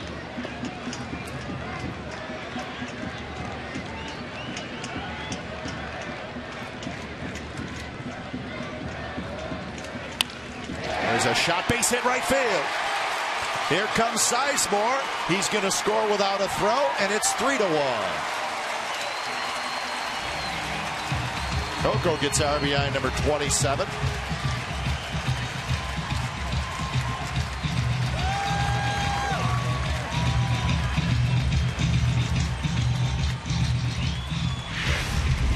Nothing better than 2-out hits off speed, stayed up, and Coco a great job of finding the hole between first and second with a hard hit drive. And this time Upton came up with it, didn't even throw. And a lot of that's because basically the runner at second's not being held. Mike Gallego might have to be in the trainer's room, get some work done on his arm for waving so much. It's been so lonely down there for him. Hardly any run. What, 9 runs in 7 games you pointed out the other night? Now it's 13 runs in 8 games coming into tonight, but that's all right. Different story tonight. He's got 4 hits in this inning. Attaboy, Gags. He waves with the left arm. He throws batting practice with the right arm. Now that can be the loneliest position on the field if you don't have anybody scoring. You wonder why he's ultra aggressive. Why not? So rare. Matsui takes a strike on the outside corner.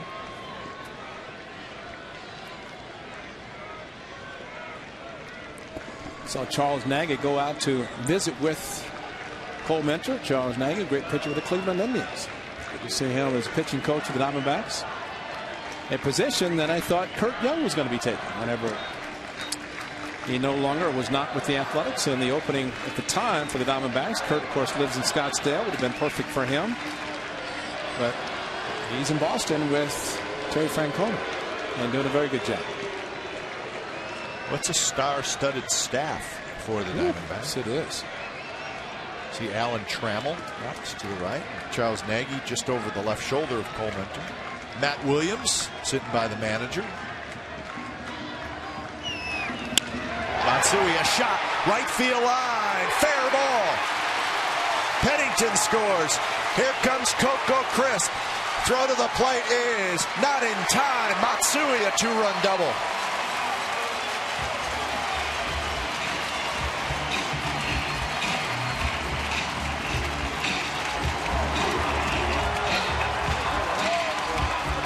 Third consecutive 2-out hit. 4 runs later, the A's have the lead. Matsui on top of an 80-mile-an-hour fastball and just barely inside the line in right field. And at that point, Mike Gallego really got the left arm going. He's got speed on the bases, especially with Coco at first base, and the throw barely beat it, but he did. So Matsui, a couple of RBIs. He's got 32 now on the year, and the A's have scored 4 on 5 hits here in the 5th inning. So Gibson's coming out, and just like that, Josh Colementer is done. He was rolling along through 4 innings, but nothing here in the 5th. When it's time for a change, think Speedy Oil Change and Tune-Up. Your oil change, tune-up, and smog experts.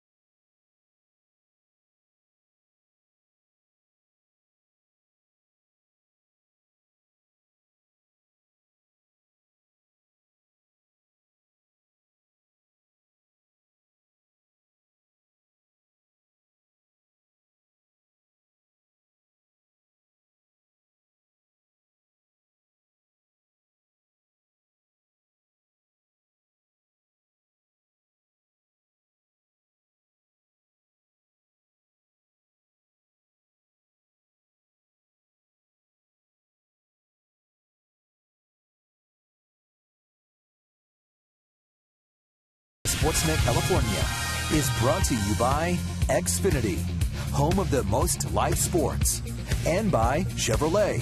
Go to ChevyBaseball.com to support youth baseball and help make a moment kids will never forget. Big inning for the A's. They've scored 4 times and still batting here in the bottom of the 5th inning. So the Diamondbacks go to the bullpen early. Something you never really like to do, but Josh Colementor just lost it here in the 5th inning. Started to elevate his pitches, and the A's took advantage of it as Sam Demmel comes on to try to get out of this 5th inning. All this happening with 2 outs. The Jesus and Sizemore 2-out singles, and then Weeks popped up. Looked like Colementor was going to get out of the inning, but then back to back 2-out hits. A couple of walks, 5 strikeouts.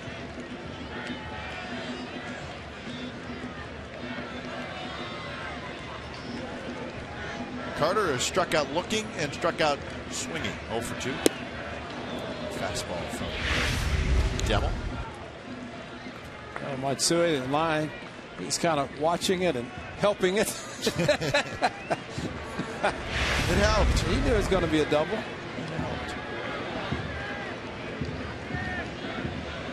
We'll be talking still more about his stolen base than anything. 2-out double, I've done that a lot. Stolen base, 2007. I bet he doesn't even remember his last stolen base. He'll be reminded. Maybe he does. We talked about Colementor with his delivery right over the top. This is kind of Sam Demmel, a little bit more conventional. A's draftee in 2007. Connor Jackson. A's traded for Connor, and Demmel was in the trade. A's drafted him out of Texas Christian. Actually, at the time, the Diamondbacks were looking for a reliever. And that's the reason they wanted Demmel, and he's been good for them. They still are, from what we understand. The Diamondbacks revamped their bullpen this year, and they've been pretty good. The rumor mill has the Diamondbacks looking for relievers. 1-2 pitch is just a bit outside. But JJ puts their closers on the disabled list.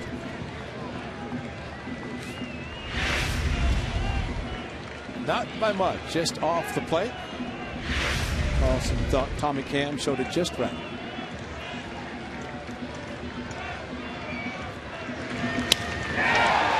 Left field. Parra's back. He's near the wall, and he's got it. So Carter got it off the end of the bat. Big inning for the A's. They score 4 times on 5 hits, 4 singles and a double. And all the runs come home on 2-out RBI hits. We go to the 6th.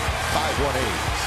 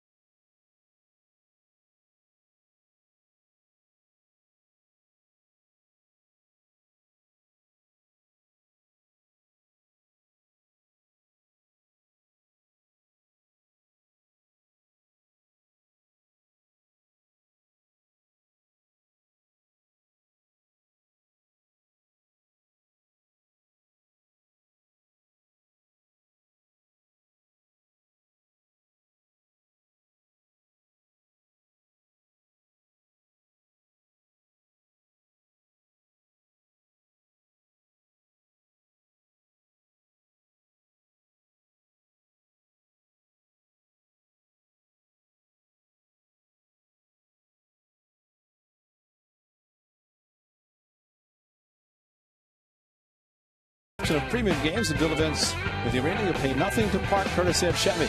So your Northern California Chevy dealer for a great selection of Chevy cars, trucks, and crossovers. For more information, visit OaklandAthletics.com/Tuesday, and that will be this coming Tuesday against the Mariners. No dual event. It's not a premium game. No. Park for free. Exactly. Marty, don't have to park, man. The Mariners.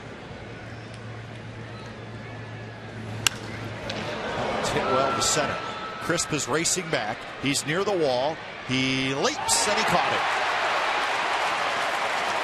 Timed it perfect, and you almost want to think he had it all the way. Yep. Well, he's that good to be able to time it, especially with a ball that stays up that long. Great speed, great jump. And kind of front foot hitting by Parra. And actually looking at it, the way he caught it, jumped perfectly right in front of the wall, and might have been right off the top, might have been over, but it's an out. Very nice catch by Coco. RBI single, and now a very good catch. So one out here in the top of the sixth, and here's the top of the order, Kelly Johnson. Always like to hear center fielders, especially center fielders. Torrey Hunter, one of the best at robbing players of home runs, but they always say, I'd rather rob someone of a home run than to actually hit one.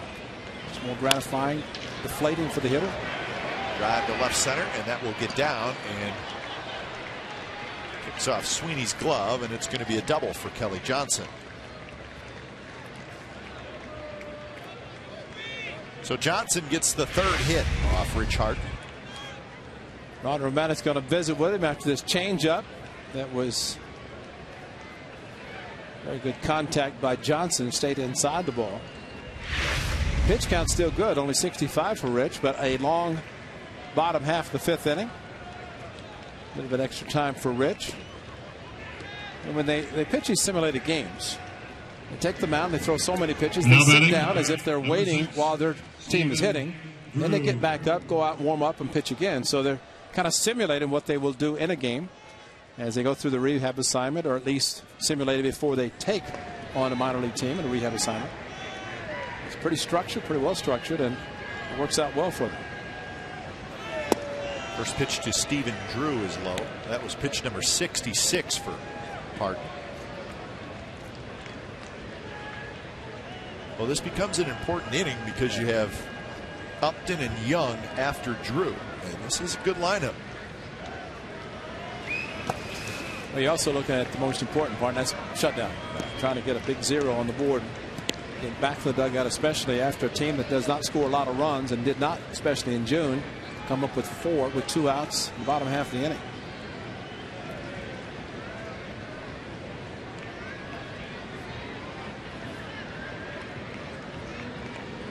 Two 2-0 to Drew. This ball right there. The Diamondbacks are third in the National League in runs scored. They're first in homers. They're second in doubles, second in triples, and first in slugging. And that makes that man happy. Don Baylor, another part of the star-studded coaching staff. They could have a good team. In the dirt, Johnson to third, and he'll make it.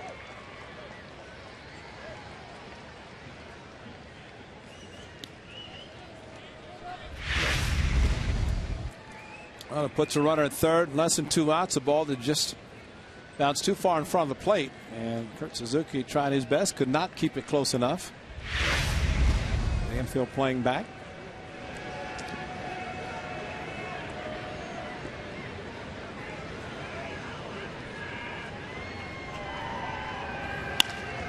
Hit hard into right field, and that's a base hit.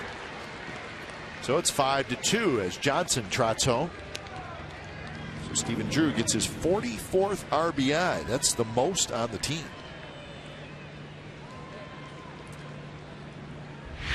Two guys in Johnson and Drew, 4 at bats, 3 strikeouts, and now they come up with a double and an RBI single. Same 2 guys. I still think the changeup is biting as much as it was in the first 5 innings for Rich.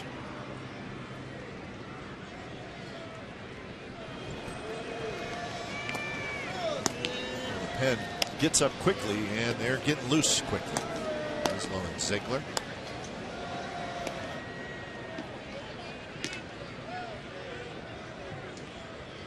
So here's Upton.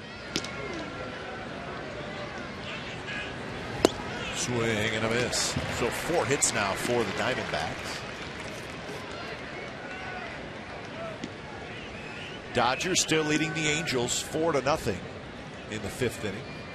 And the Mariners leading the Padres 5-0 in the 6th inning. Texas has won.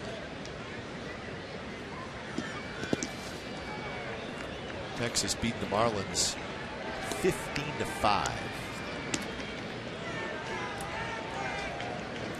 And the Marlins had an afternoon game here yesterday, so they got in a reasonable hour. Yeah, no excuses. That's right. Late at night game, they might have gotten in about 4 in the morning. Time change going into Texas, but that was not the case. A's always accommodating on getaway days.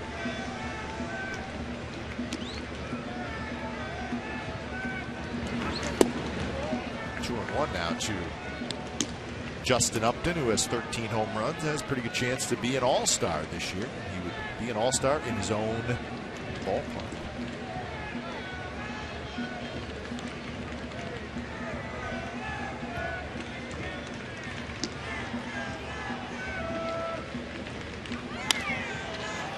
Drive to right. DeJesus back and over. He's got it. Drew tags but does not go. So that's out number 2.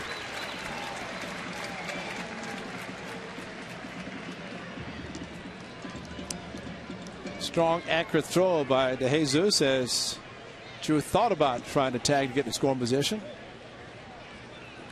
I like to see the outfielder show off the arms, and that will eliminate any possibility in the future of maybe a runner trying to advance. Chris Young.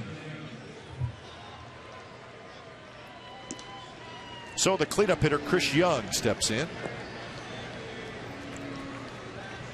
Young, another all-star possibility. He's having a nice year with 15 home runs.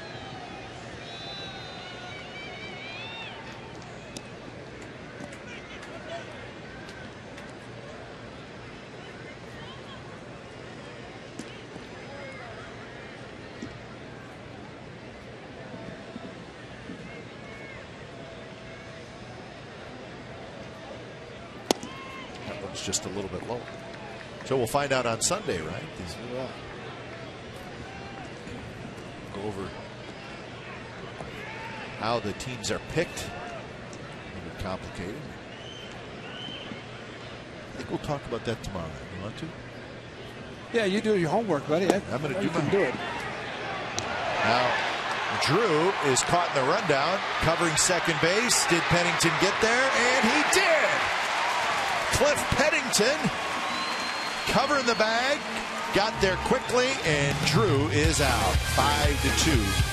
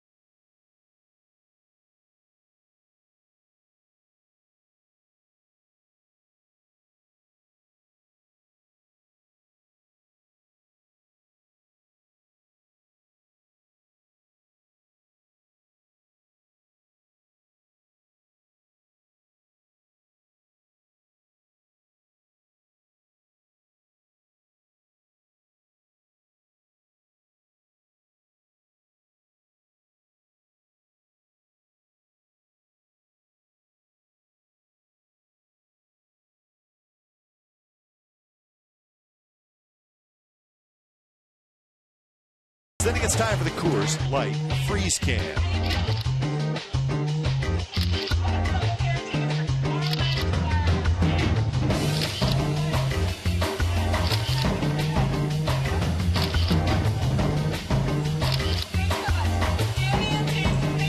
Freeze Game is brought to you by Frost Brewed Coors Light. It's the world's most refreshing beer. 5-2. The A's over the Diamondbacks in the first of 3. Ryan Sweeney. Now, after the weekend, interleague play will be over for 2011. And Bob Melvin, he's seeing some of his old players. Bob Melvin was the manager for 4 years of the Diamondbacks, 2005 to 2008.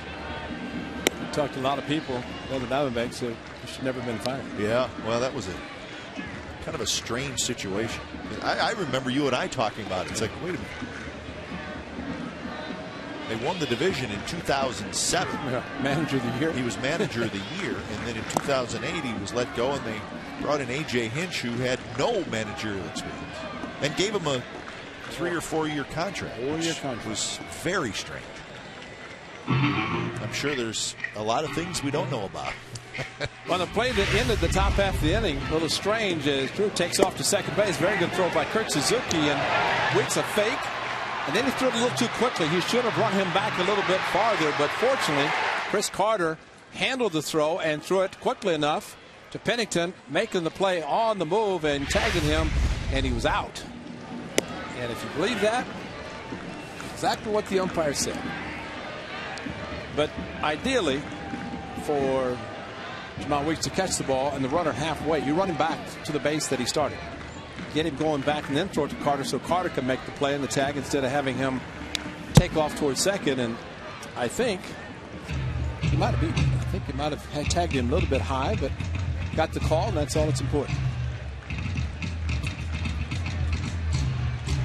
Surprisingly, as he took off, he stopped. And maybe he just thought that he didn't get a good enough jump. But at that point, once the throw went to second, he should have darted back to first instead of trying to get a run down.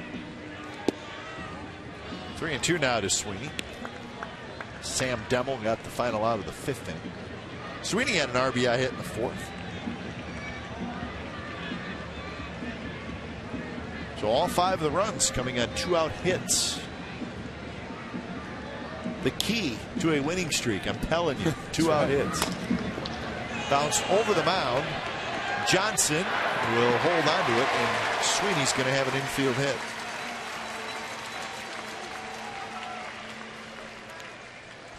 A little conversation in between innings between Kurt Suzuki and Bob Melvin. Now batting the catcher, number 8, Kurt Suzuki. He's talking about the transfer, the footwork, and throwing to second base. Good strong throw by Kurt. Of course, Bob Melvin, a former catcher himself, noticing certain things and talking about them to his catcher.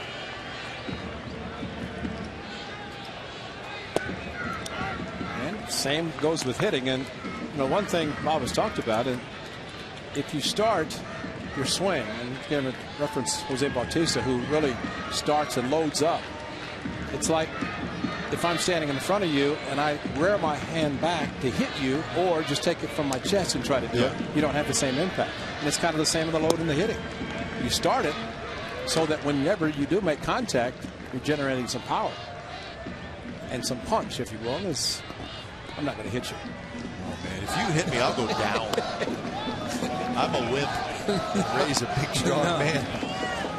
But you want to put a little weight on your back leg too, right? As part of your load.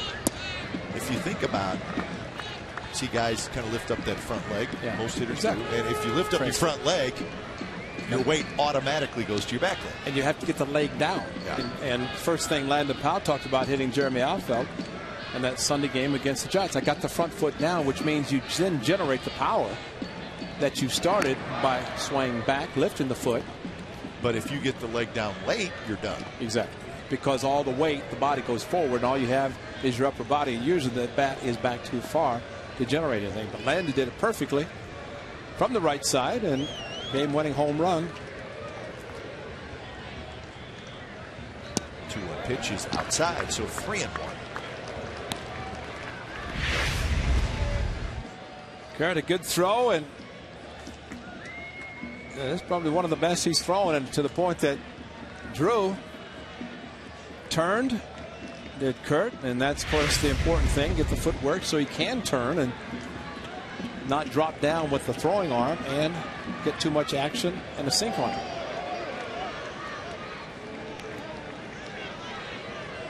You know, catching is just like hitting. There's movement that you need when the runner takes off. Just kind of get yourself started. See how nice it is, that young man showing off his muscles.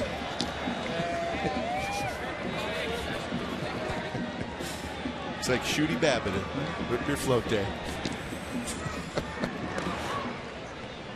No, that was last year. We're not going to bring it up. It's over a year old, so we're not going to bring it up. It's over. Grandson Matthew's forward, and he puts up his arms and says, look, muscles. Oh, yeah.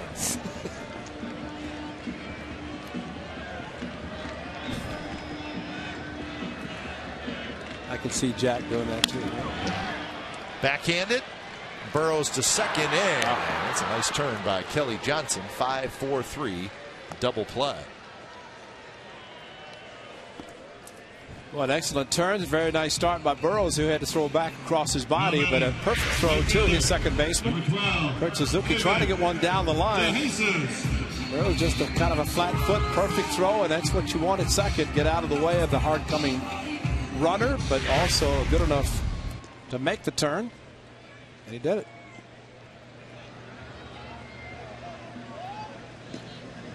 Brad Ziegler is going to come into the seventh inning, or for the seventh inning. That's the case. Rich Harden has pitched 6 very strong innings in his first start of the season.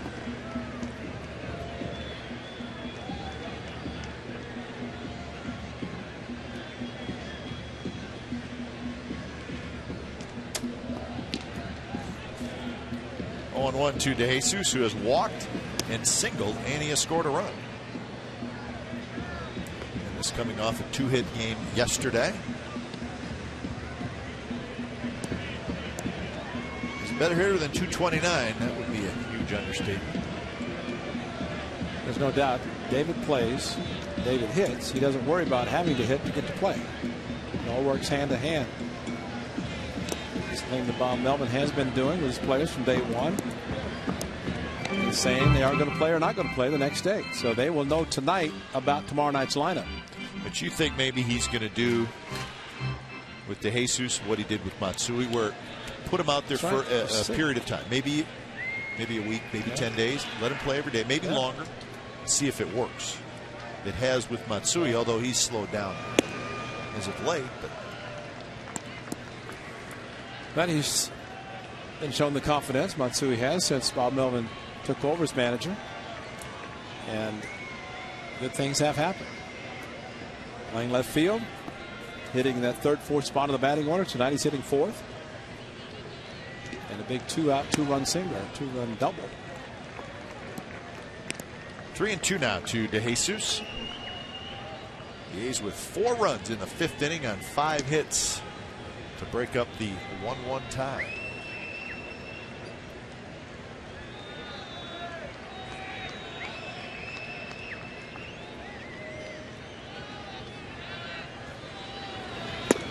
Upstairs, and he walked him. So DeJesus has been on base all 3 times.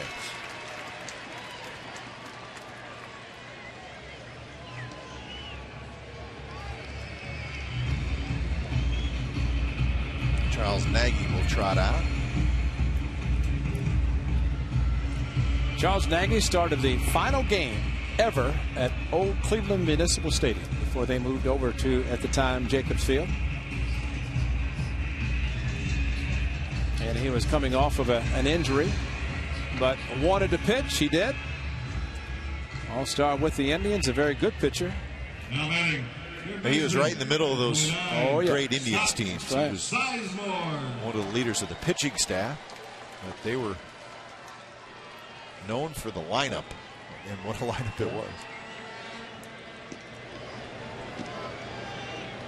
Here's Scott Sizemore, 9th place hitter. On the ground to the shortstop, and Drew takes care of it. Side retired. A's get a couple of base runners but do not score. Ziegler's coming in. 5-2 Athletics.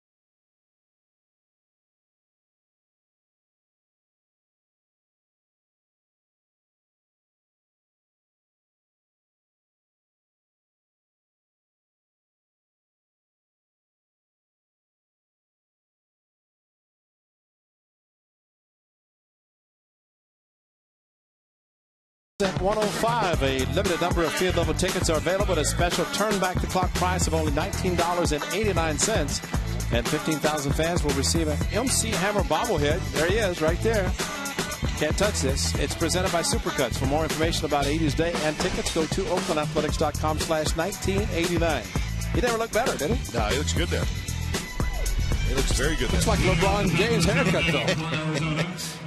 When it's time to change, think Speedy Oil Change and Tune-Up. Your oil change, tune-up, and smog experts. Now, when you have that 80s Day and MC has his day, and, he's going to be out here. Have to have him up in the booth. Oh, yeah. No question. Yeah. And we'll talk about his days as general manager. Yes. Forget about don't touch this. Connor Jackson takes over at first, so Chris Carter is done for the night. I agree. The youngest general manager in the history of baseball. That's right. So he actually had that title. Yes, he did. That's awesome. Because Charlie didn't have a general manager. That's why Hammer was named. Rich Harden goes 6 innings in his first start, and he was good. Maybe labored a little bit in that 6th inning, Ray, but the stuff was pretty good. Well, if he's going to labor after his club scores 4 runs, gives him a 5-1 lead, then that's fine. But no walks, 76 pitches. Just a very good night. Excellent night. Yeah, nice problem to have to add one more very good starter. Slider, strike 3 called to Chris Young. That was a good pitch. The frisbee, the slider that started right on the inside corner and stayed there. Number 26, Miguel Montero. Throws in Chris Young. Nothing to argue about there. Here's Montero, who has struck out twice. 7 strikeouts now for A's pitchers. You said the Diamondbacks looking for relief pitchers. How about Mike Feathers or Tom Candiotti? That's right. They're here. Former A's pitchers. Mike Feathers doing the radio. Greg Schulte. Oh, wow. Off of Ziegler's leg, and it bounces into left field for a base hit. So Brad is okay. Looks like he is. Looked like it got him in the leg. Yeah, they're going to check him out. Rod Horn, Bob Melvin to go to and check him. But yeah, he got him somewhere hard enough that it's going to. Yeah, right shin. Thud. What do you think that bruise is going to look like? About 7 a.m. tomorrow morning. Man. He's all right.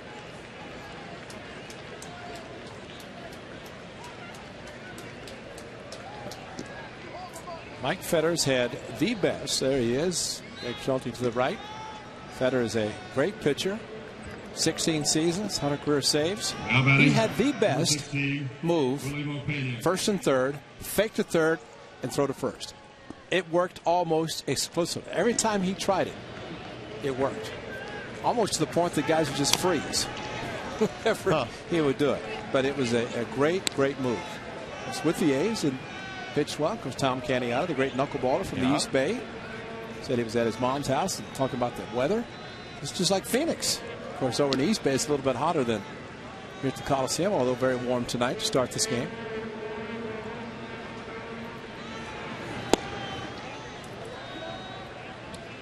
Candyman played for the A's, pitched for the A's, now working with Darren Sutton. There's the man. The knuckleballer, 16 seasons also. And Darren Sutton, the son of Don Sutton. His broadcast partner. You know who was supposed to be working tonight on the radio? Who? Bob Melvin for the Diamondbacks. Stop. He was supposed to do these 3 games. He was. Come on. That's what Greg Schulte said. That's great. Bob Melvin, who's working for the Diamondbacks in the front office. Yeah. And because Mark Grace does the network game, I'm sure he's gone for the weekend. So the Diamondbacks and Craig said, yeah, Bob Melvin's supposed to work. Schulte's got the great voice and worked at one time with Tom Brenneman when Brenneman first got out. But I think Bob Melvin would prefer to be right there in the dugout. Got that manager's look of seriousness and trying to get some wins to start July against his former team. Swing Swing and a miss. Willie Pena strikes out. So a couple of strikeouts for Ziegler. Maybe it's that look we're seeing from Bob Melvin said, I should never have been fired from these guys. I want to beat them. Yeah. You know? He would never admit it. But no. Very good slider, and that one to the outside part of the plate. The big, strong Pena, and Sean Burrows. Zig with that frisbee. And that is a tough pitch, whether you've seen him a lot or have not. Michael Wirtz getting loose in the bullpen. Looks like it's going to be an inning apiece for the relievers. This is Sean Burrows. So Breslow up again. So it looks like Breslow more of a situational per inning.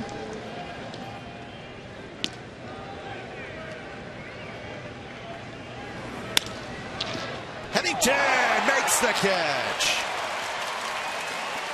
So Cliff Pennington takes a hit away from Burrows, and we got 7th inning stretch time from the Coliseum. 5-2 Athletics.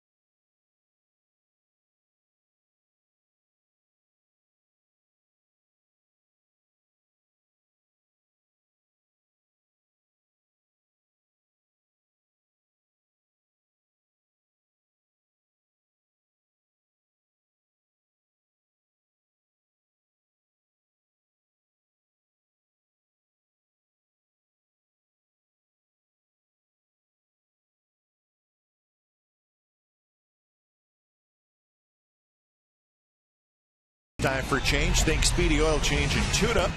Your oil change tune-up and smog experts. Alberto Castillo comes in. He's the left-hander. So Sam Demmel throws an inning and a third.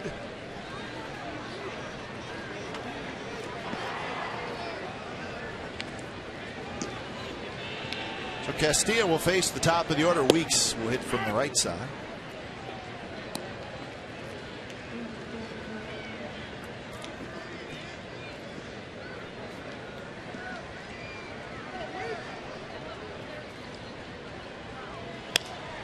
Weeks hits one high and shallow to left. Parra coming in, and he's got it. So one out here in the 7th inning.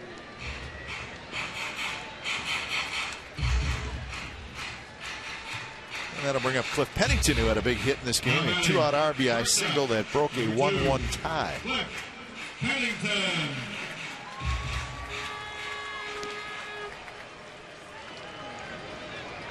Some notes from that Rangers win, 15-5 over the Marlins. Alexio Gondo got the win. He's 8-3.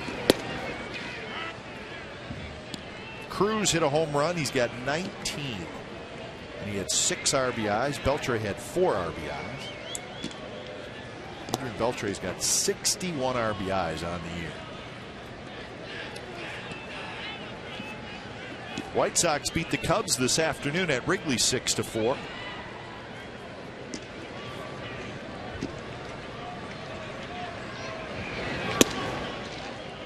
Cubs, after 2 thrilling wins over the Giants, lose today to the crosstown rival White Sox. And Gary Hughes, of course, lives locally, and Cubs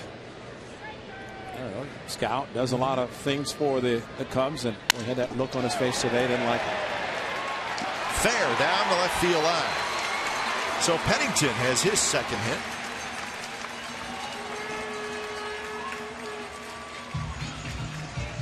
Well, A's Baseball on Comcast Sportsnet California is brought to you by Jack in the Box. For a limited time, Jack's really big chicken sandwich combo is back. 2 chicken patties, bacon, melting cheese, and served with a 20-ounce drink and small seasoned curly fries for only $3.99 plus tax. It's at participating restaurants.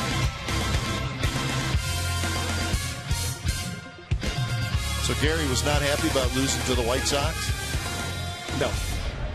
Especially when you hear someone say, "We gave it away." Well, that's not. No. He wasn't happy. But he was out here, as we usually see him a lot throughout the season. He was a good man. He's fun to talk to, isn't he? Yeah. He did a great job with the Florida Marlins back when they won the World Series. The Yankees beat the Mets 5-1 at Citi Field. Nova got the win. He's 8-4. So the Yankees, there's your regional rivalry in interleague. So the Yankees have won 6 in a row. Best record in the American League. Here's Coco Crisp, who bounces one. In between Hop for Drew, he has it. Crisp is out. Red Sox beat Houston 7-5. Sox scored 6 runs in the 7th inning to erase a 5-1 deficit. Designated hitter, number 55. The Rays lost 5-3 to the Cardinals at home. So that means the Yankees still hold their 2.5 game lead over Boston, so the Yankees and the Red Sox both win. The Rays lose, so the Rays are now 5 out.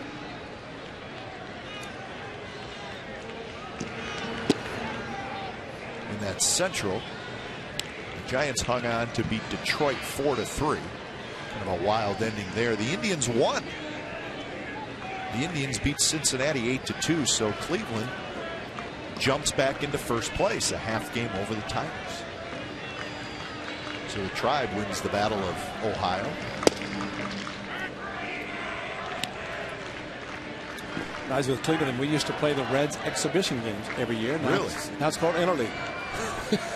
And it's the real deal. It's the real deal.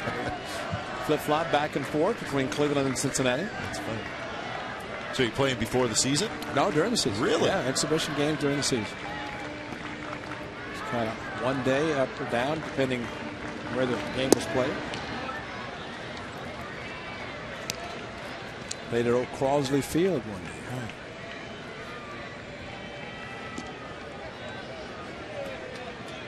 2-1 to Matsui, who is 1 for 2. Got a 2-run double. He has also walked, stole a base, and scored a run.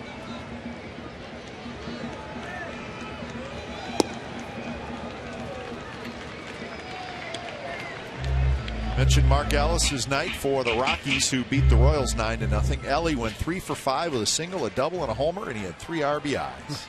So a big night for Mark Ellis, his first game as a Colorado Rocky. Took him all season to hit 1 home run for the A's, and he does it in his first game in the National League. The Rockies probably seeing fastballs. Well, of course, Kansas City, his former team, team that drafted him, so not necessarily seeing all fastballs.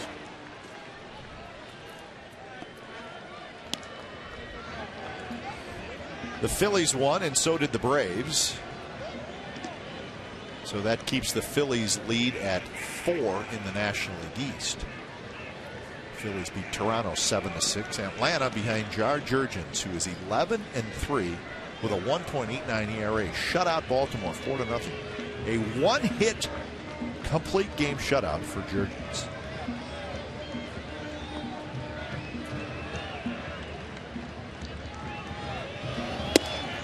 Inside, and there's the walk.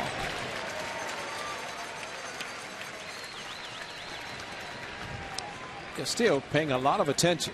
Gibson's going to come out and take him out, but he paid a lot of attention to the run in second, and there's nobody holding him. So maybe he lost a little concentration walking, left-handed hitting like Seward. I think Gibby's already pointed the bullpen, but no movement down there now, at least to this point. Yeah, he's already made the move, and nobody's moving. So Micah Owings is going to come in, the right-hander. So we'll be back. The A's with a 5-2 lead.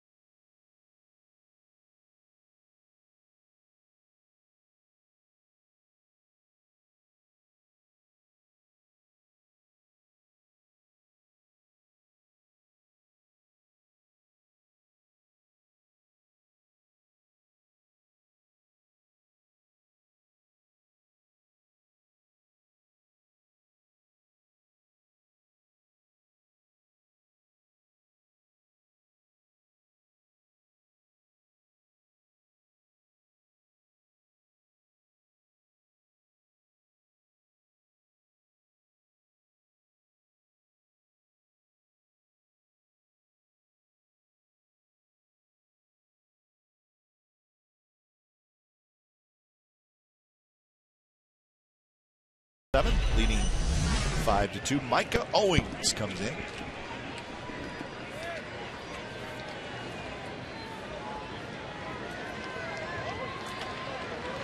The first pitch to Connor Jackson, who is getting his first at bat, is inside.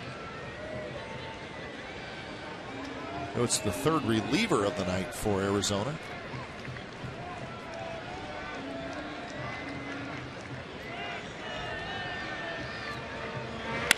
Jackson, a shot to center. Young got a good jump. He gets over there, makes the catch. Side retired. A's strand 2, and we're moving on to the 8th inning. A's with a 5-2 lead.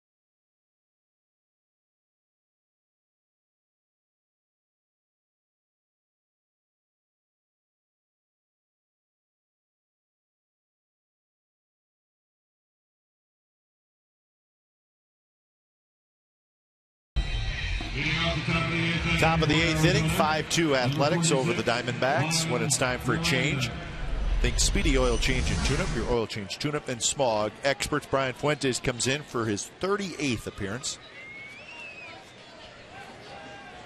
And he will face Miranda, Parra, and Johnson, 3 left-handed hitters.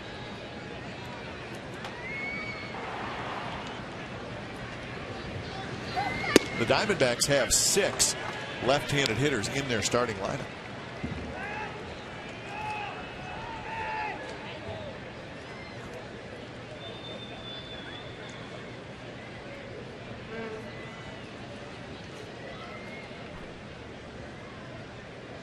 So 1-1 Miranda, who has hit a fly ball to center field, and he is struck out swinging. And that one is a bit inside, 1-1.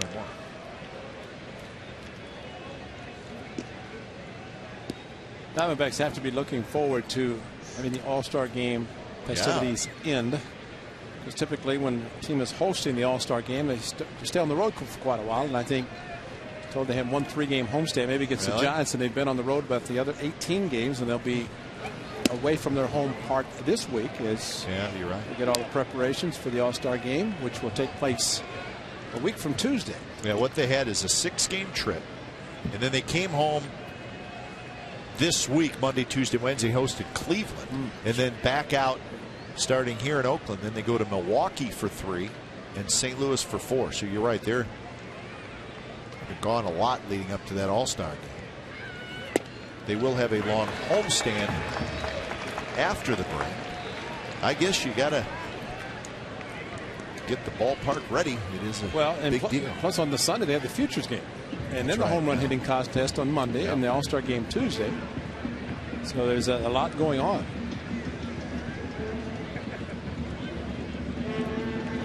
Kirk Gibson, usually the host team's manager, is one of the coaches. Ron Washington, the American League manager. Bruce Bochy, the National League manager, who managed the World Series last year. They managed the All-Star teams. I think, did Bochy name Gibson? I think he did, didn't he? I haven't heard, but I would think that's usually customary because they want to get a big ovation. I think he did. Plus, he's there anyway. That's where he lives.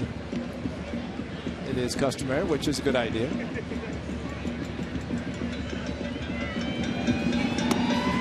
Well, I know Jim Riegelman was supposed to be one of the National League managers. He'll be there. Coaches, and he gone. So I believe Bruce Bochy asked Mike Quaddy from the Cubs. He did that the last couple days.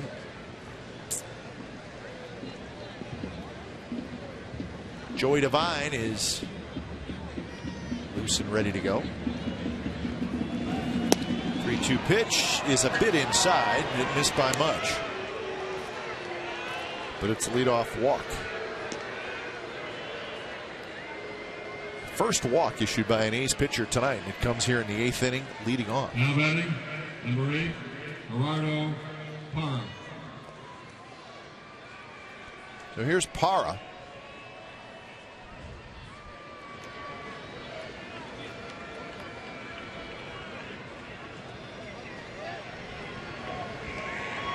Parra hit a long drive to center in the 6th inning that Coco Crisp jumped up near the top of the wall and made the catch. There's a strike on the outside corner. Parra didn't agree with Mark Carlson.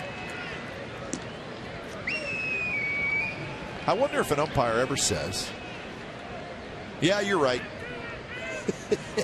That would stop the conversation.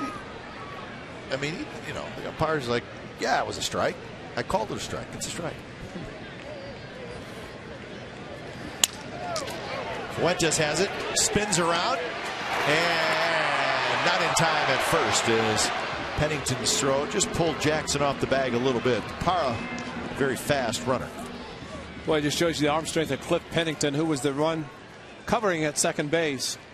And Brian Fuentes knew that in advance, so he threw right to the bag, but Cliff flat-footed. Threw and a lot on the throw. Maybe knew he did not have a chance, so not much he could do. Just stand there and use the great strong arm that he has.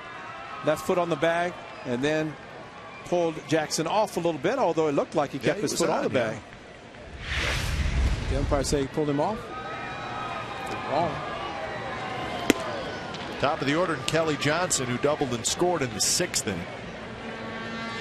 He's also struck out and grounded out.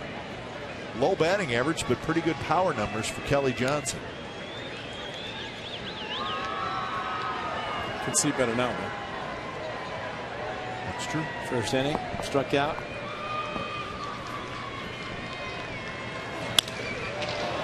Right field. DeJesus is going back. He's looking up, and that baby is gone. Kelly Johnson homers, and it's 5-4. They are dangerous, folks.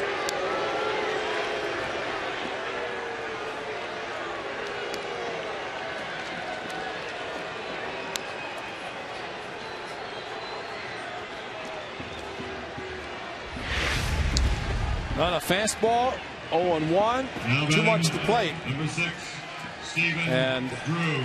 Johnson showing the power. You just said it. Low average, but a lot of power, and all of a sudden it's a one-run game, and Joey Devine's going to come in to face the left-hander. So Fuentes gives up the home run, and he is done. 5-4 A's.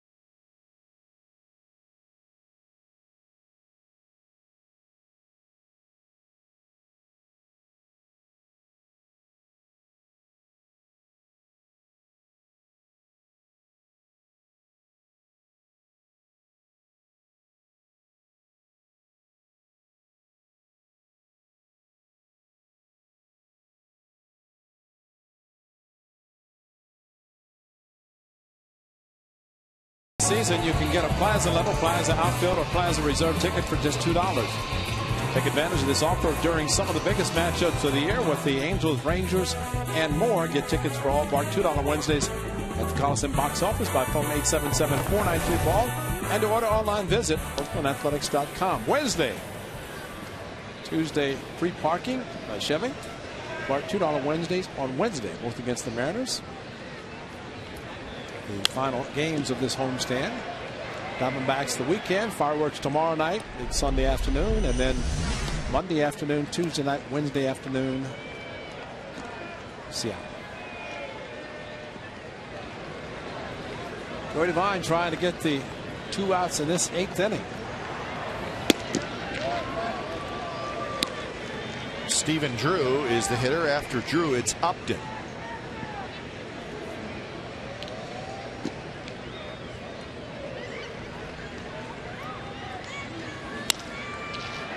Shallow center field. Crisp coming in. He's going to get there. And that's the second out. So big out. Now Upton steps in with the bases empty. The Dodgers still leading the Angels 5-0 in the top of the 7th inning. And the Mariners shutting out the Padres 6-0 in the 9th.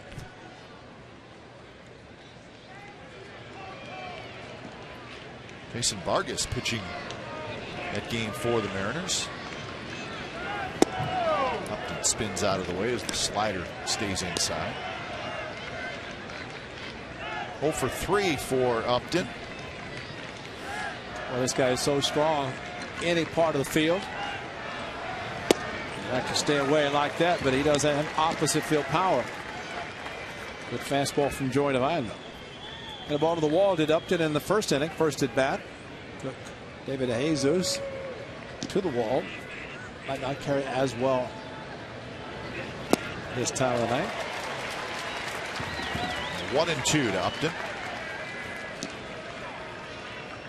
Like he swung at the delivery. A pitch was out of the strike zone as soon as it left the hand of Joey Devine.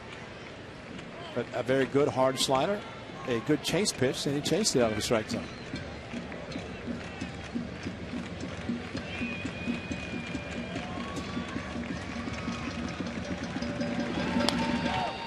Just protects on that one. Velocity's back. 95 on that one from Devine.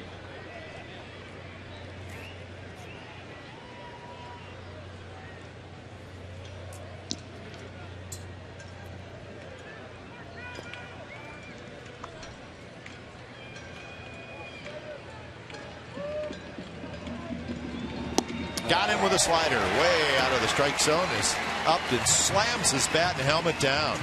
2-run homer for Kelly Johnson. It's a 5-4 game going to the bottom of the 8th.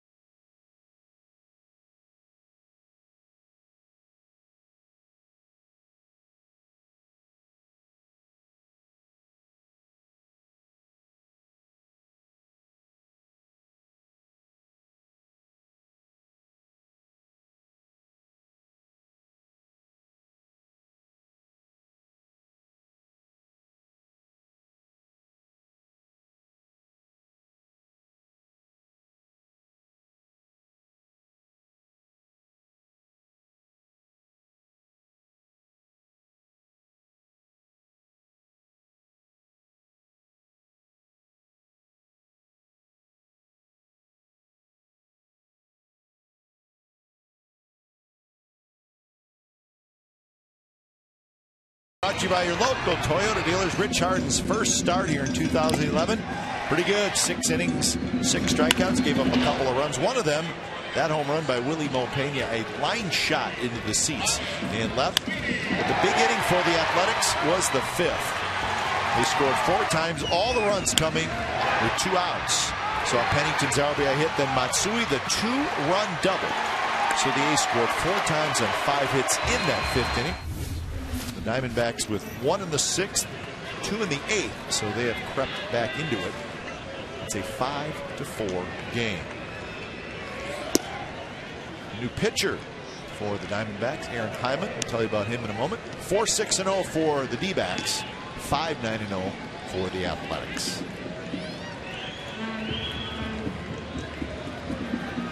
So Ryan Sweeney is the hitter. It's time for change. Think Speedy Oil Change and Tune-Up. Your oil change, tune-up, and smog experts. There's Heilman.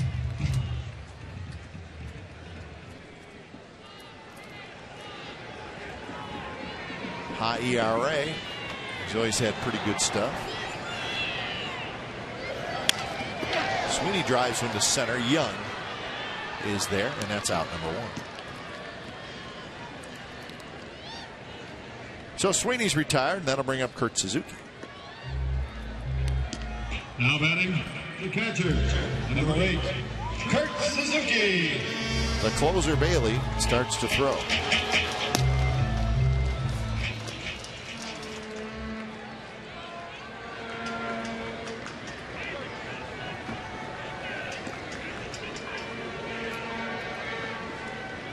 So Kurt Suzuki looking for his first hit. A's have 9 hits in the game. The Diamondbacks, as you saw on the big scoreboard, have 6.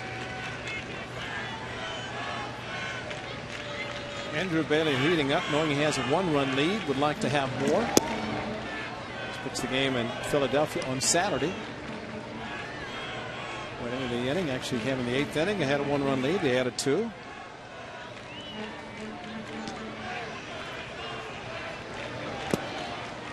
Swing and a miss on an off-speed pitch. 1-2. Bob Melvin talking about Andrew Bailey and wanted to get his closer pretty consistent work and would like to get him in save situations, but when he comes in, when he does come in and has the save opportunity, he is bringing a good fastball. Liner into the glove of Burrows for out number 2.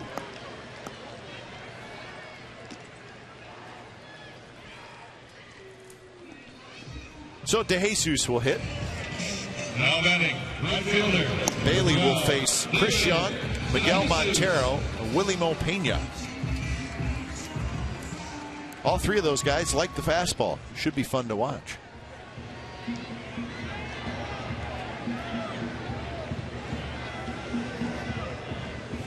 His last save against the Marlins, 2-base error and then 3 punch-outs.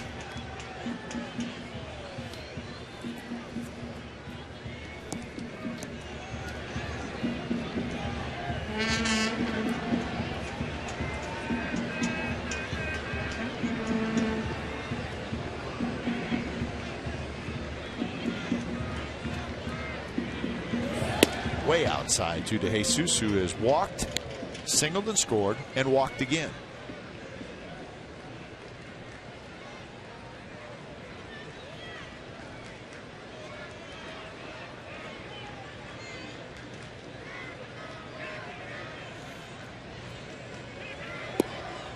Good take there.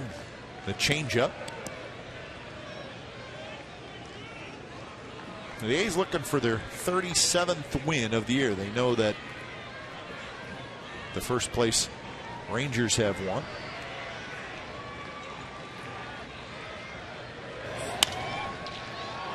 Down the left field line, a long run for Parra, headed for the corner, and it drops fair. One hops the wall, and DeJesus is 2 for 2.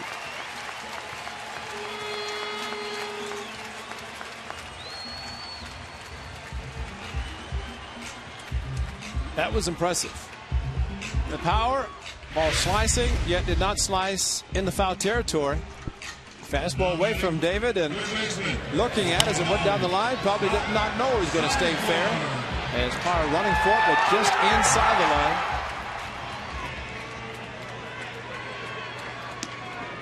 It didn't hit chalk. And it's not chalk, it's paint. Hope it hits hard enough so it pops up if there's anything close. So 8th double for DeJesus, and the A's would love an insurance run.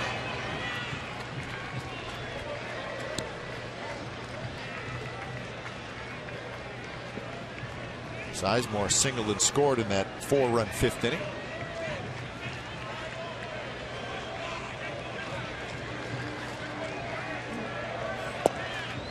Outside corner for a strike.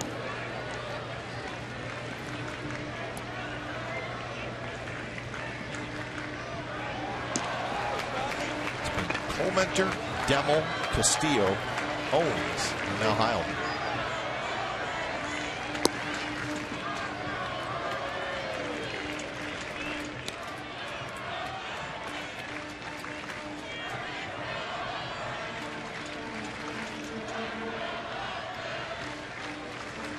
As you said, the A's could reverse the June trend and make it a successful July, could get back to the 500 mark.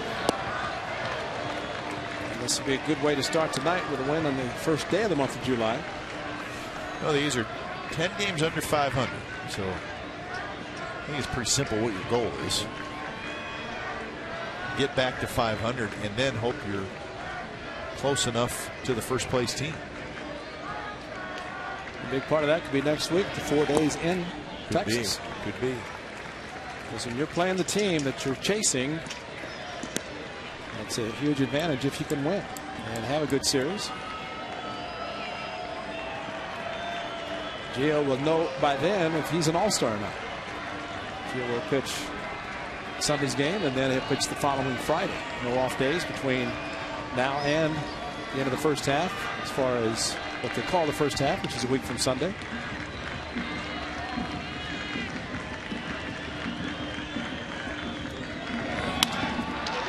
On the ground, knocked down by Johnson, and the runner DeJesus rounded third. I think he thought about trying for home, but he stays at third. It's a base hit for Sizemore. Well, a good idea. The second baseman Johnson on the outfield grass, so he did not have far to go. And from his standpoint, diving, sliding into the grass, did not get the true hop that he had hoped. But David rounding the bag, and then Gags had to hold him up once he saw Johnson knock the ball down. And he would have been running into an out, but see the ball come up and hit him in the wrist, kept the ball in front of him, which is exactly what you always want to see infielders do. Normally you get dirt. In his case, he got grass stains. Cliff Clavin doesn't mind, as he can get stains of any kind out of the uniforms and be ready to go.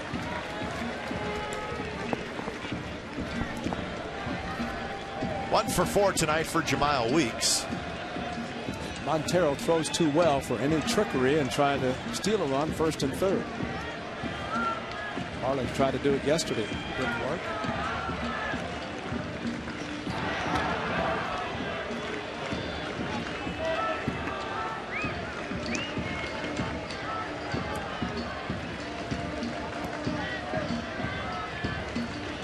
Final now in Seattle, 6-0 Mariners over the Padres. Vargas with a complete game.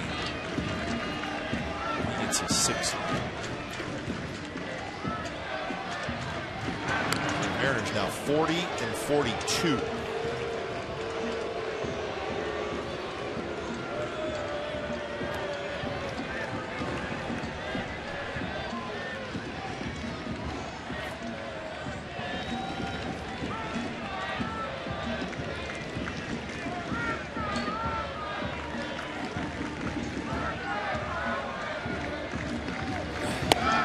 Strike on the outside corner.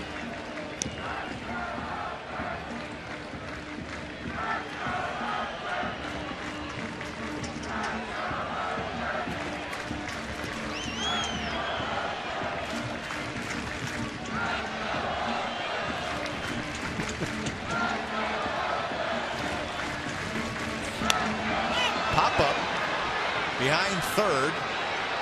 And it's going to be Drew. Goes into a dive and cannot make the play. That's called drifting.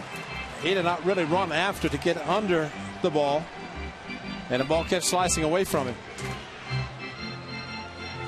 So Willie Bloomquist took advantage of another opportunity. Let's see if Jemile Weeks, because this should have been an out. Should have been out of the inning. Third baseman Burroughs knew he didn't have a chance. And maybe Drew, once he went after it, maybe when Burroughs stopped, that kind of stopped him a little bit, but definitely a catchable ball. So another shot for Weeks. See if he can take advantage. DeJesus at third, Sizemore at first.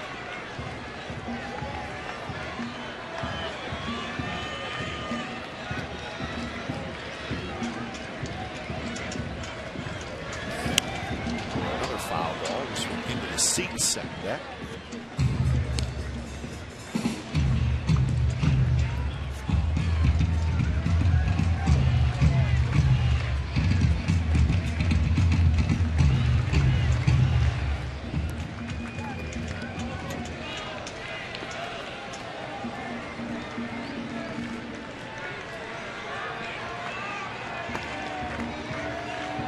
So another 1-2 to Weeks.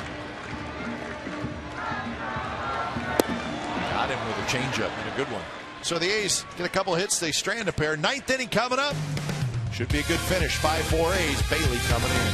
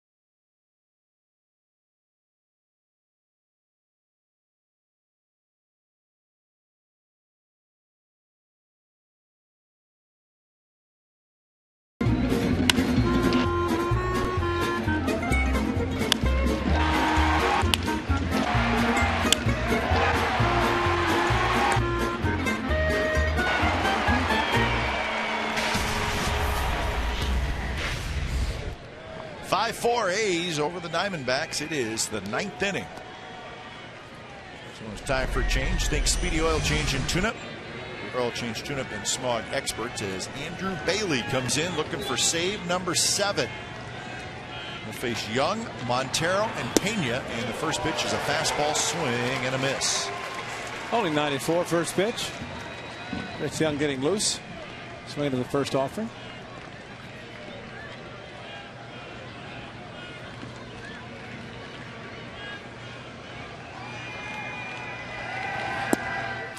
Diamondbacks cannot say they faced Andrew Bailey in spring training. Both train in Arizona, the Diamondbacks and the A's, but Andrew Bailey just one appearance against Cleveland in Goodyear, and that was it. He is back and throwing hard.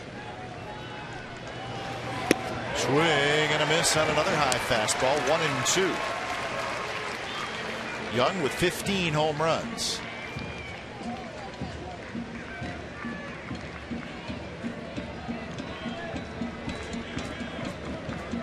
One for 3 tonight with a single.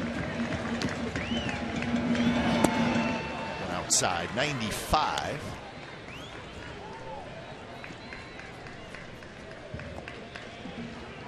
Diamondbacks with a couple of home runs tonight. One by Pena, one by Johnson. The A's lead 5-4 thanks to a 4-run 5th. High fastball. Now it's a full count. He wanted to chase just a little bit too much out of the strike zone. Now this is going to be fastball against fastball hitter. First pitch was the same. The elevation might work well.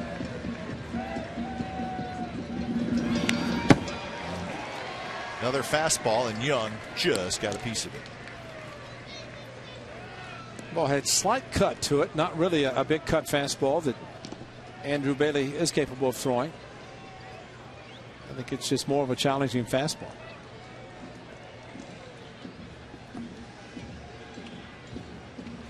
Payoff pitch to Young is popped up. Suzuki from out behind home plate. He's got it. 1 out. Time now for the Fremont Bank plays of the game. We'll give it to Rich Harden, who makes his first start for the Athletics this season. Rich, a first inning, striking out the first 2 batters he saw, and Johnson and Drew. Did a very good job with a good fastball. He strikes out 6. Did not walk a batter, but the changeup was the big pitch for him tonight. But both pitches, fastball and changeup, and I don't know that there was another type of pitch thrown of the 76 thrown by Rich Harden, but regardless, they were all good. The ones he did throw, and 2 outs away from getting a win. Montero hits one high to center. Crisp is back. Plenty of room, and that's out number 2. There are a few sighs, a few groans in the stands after that swing by Montero. A very good swing. He didn't miss it by a lot. No, 9 home runs, just got under it, straightaway center, and he can go to sleep for the night and say, what if? And Andrew Bailey, now, he heard the fans as well, and of course he threw the pitch and heard the sound of the solid contact. Unfortunately, straight up, straight away, biggest part of the park, and caught. Well, how about this matchup to possibly end the game? Willie Pena. Yeah.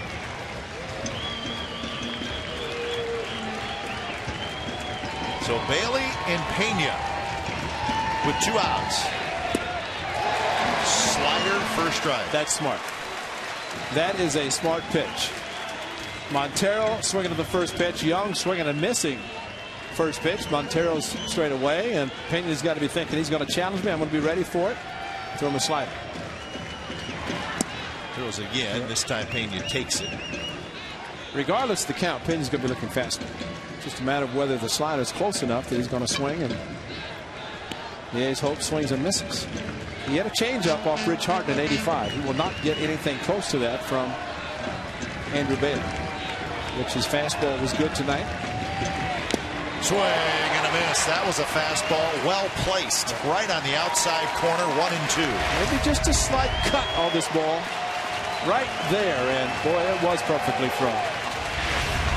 So the crowd on its feet. A's trying to take game 1 of the series.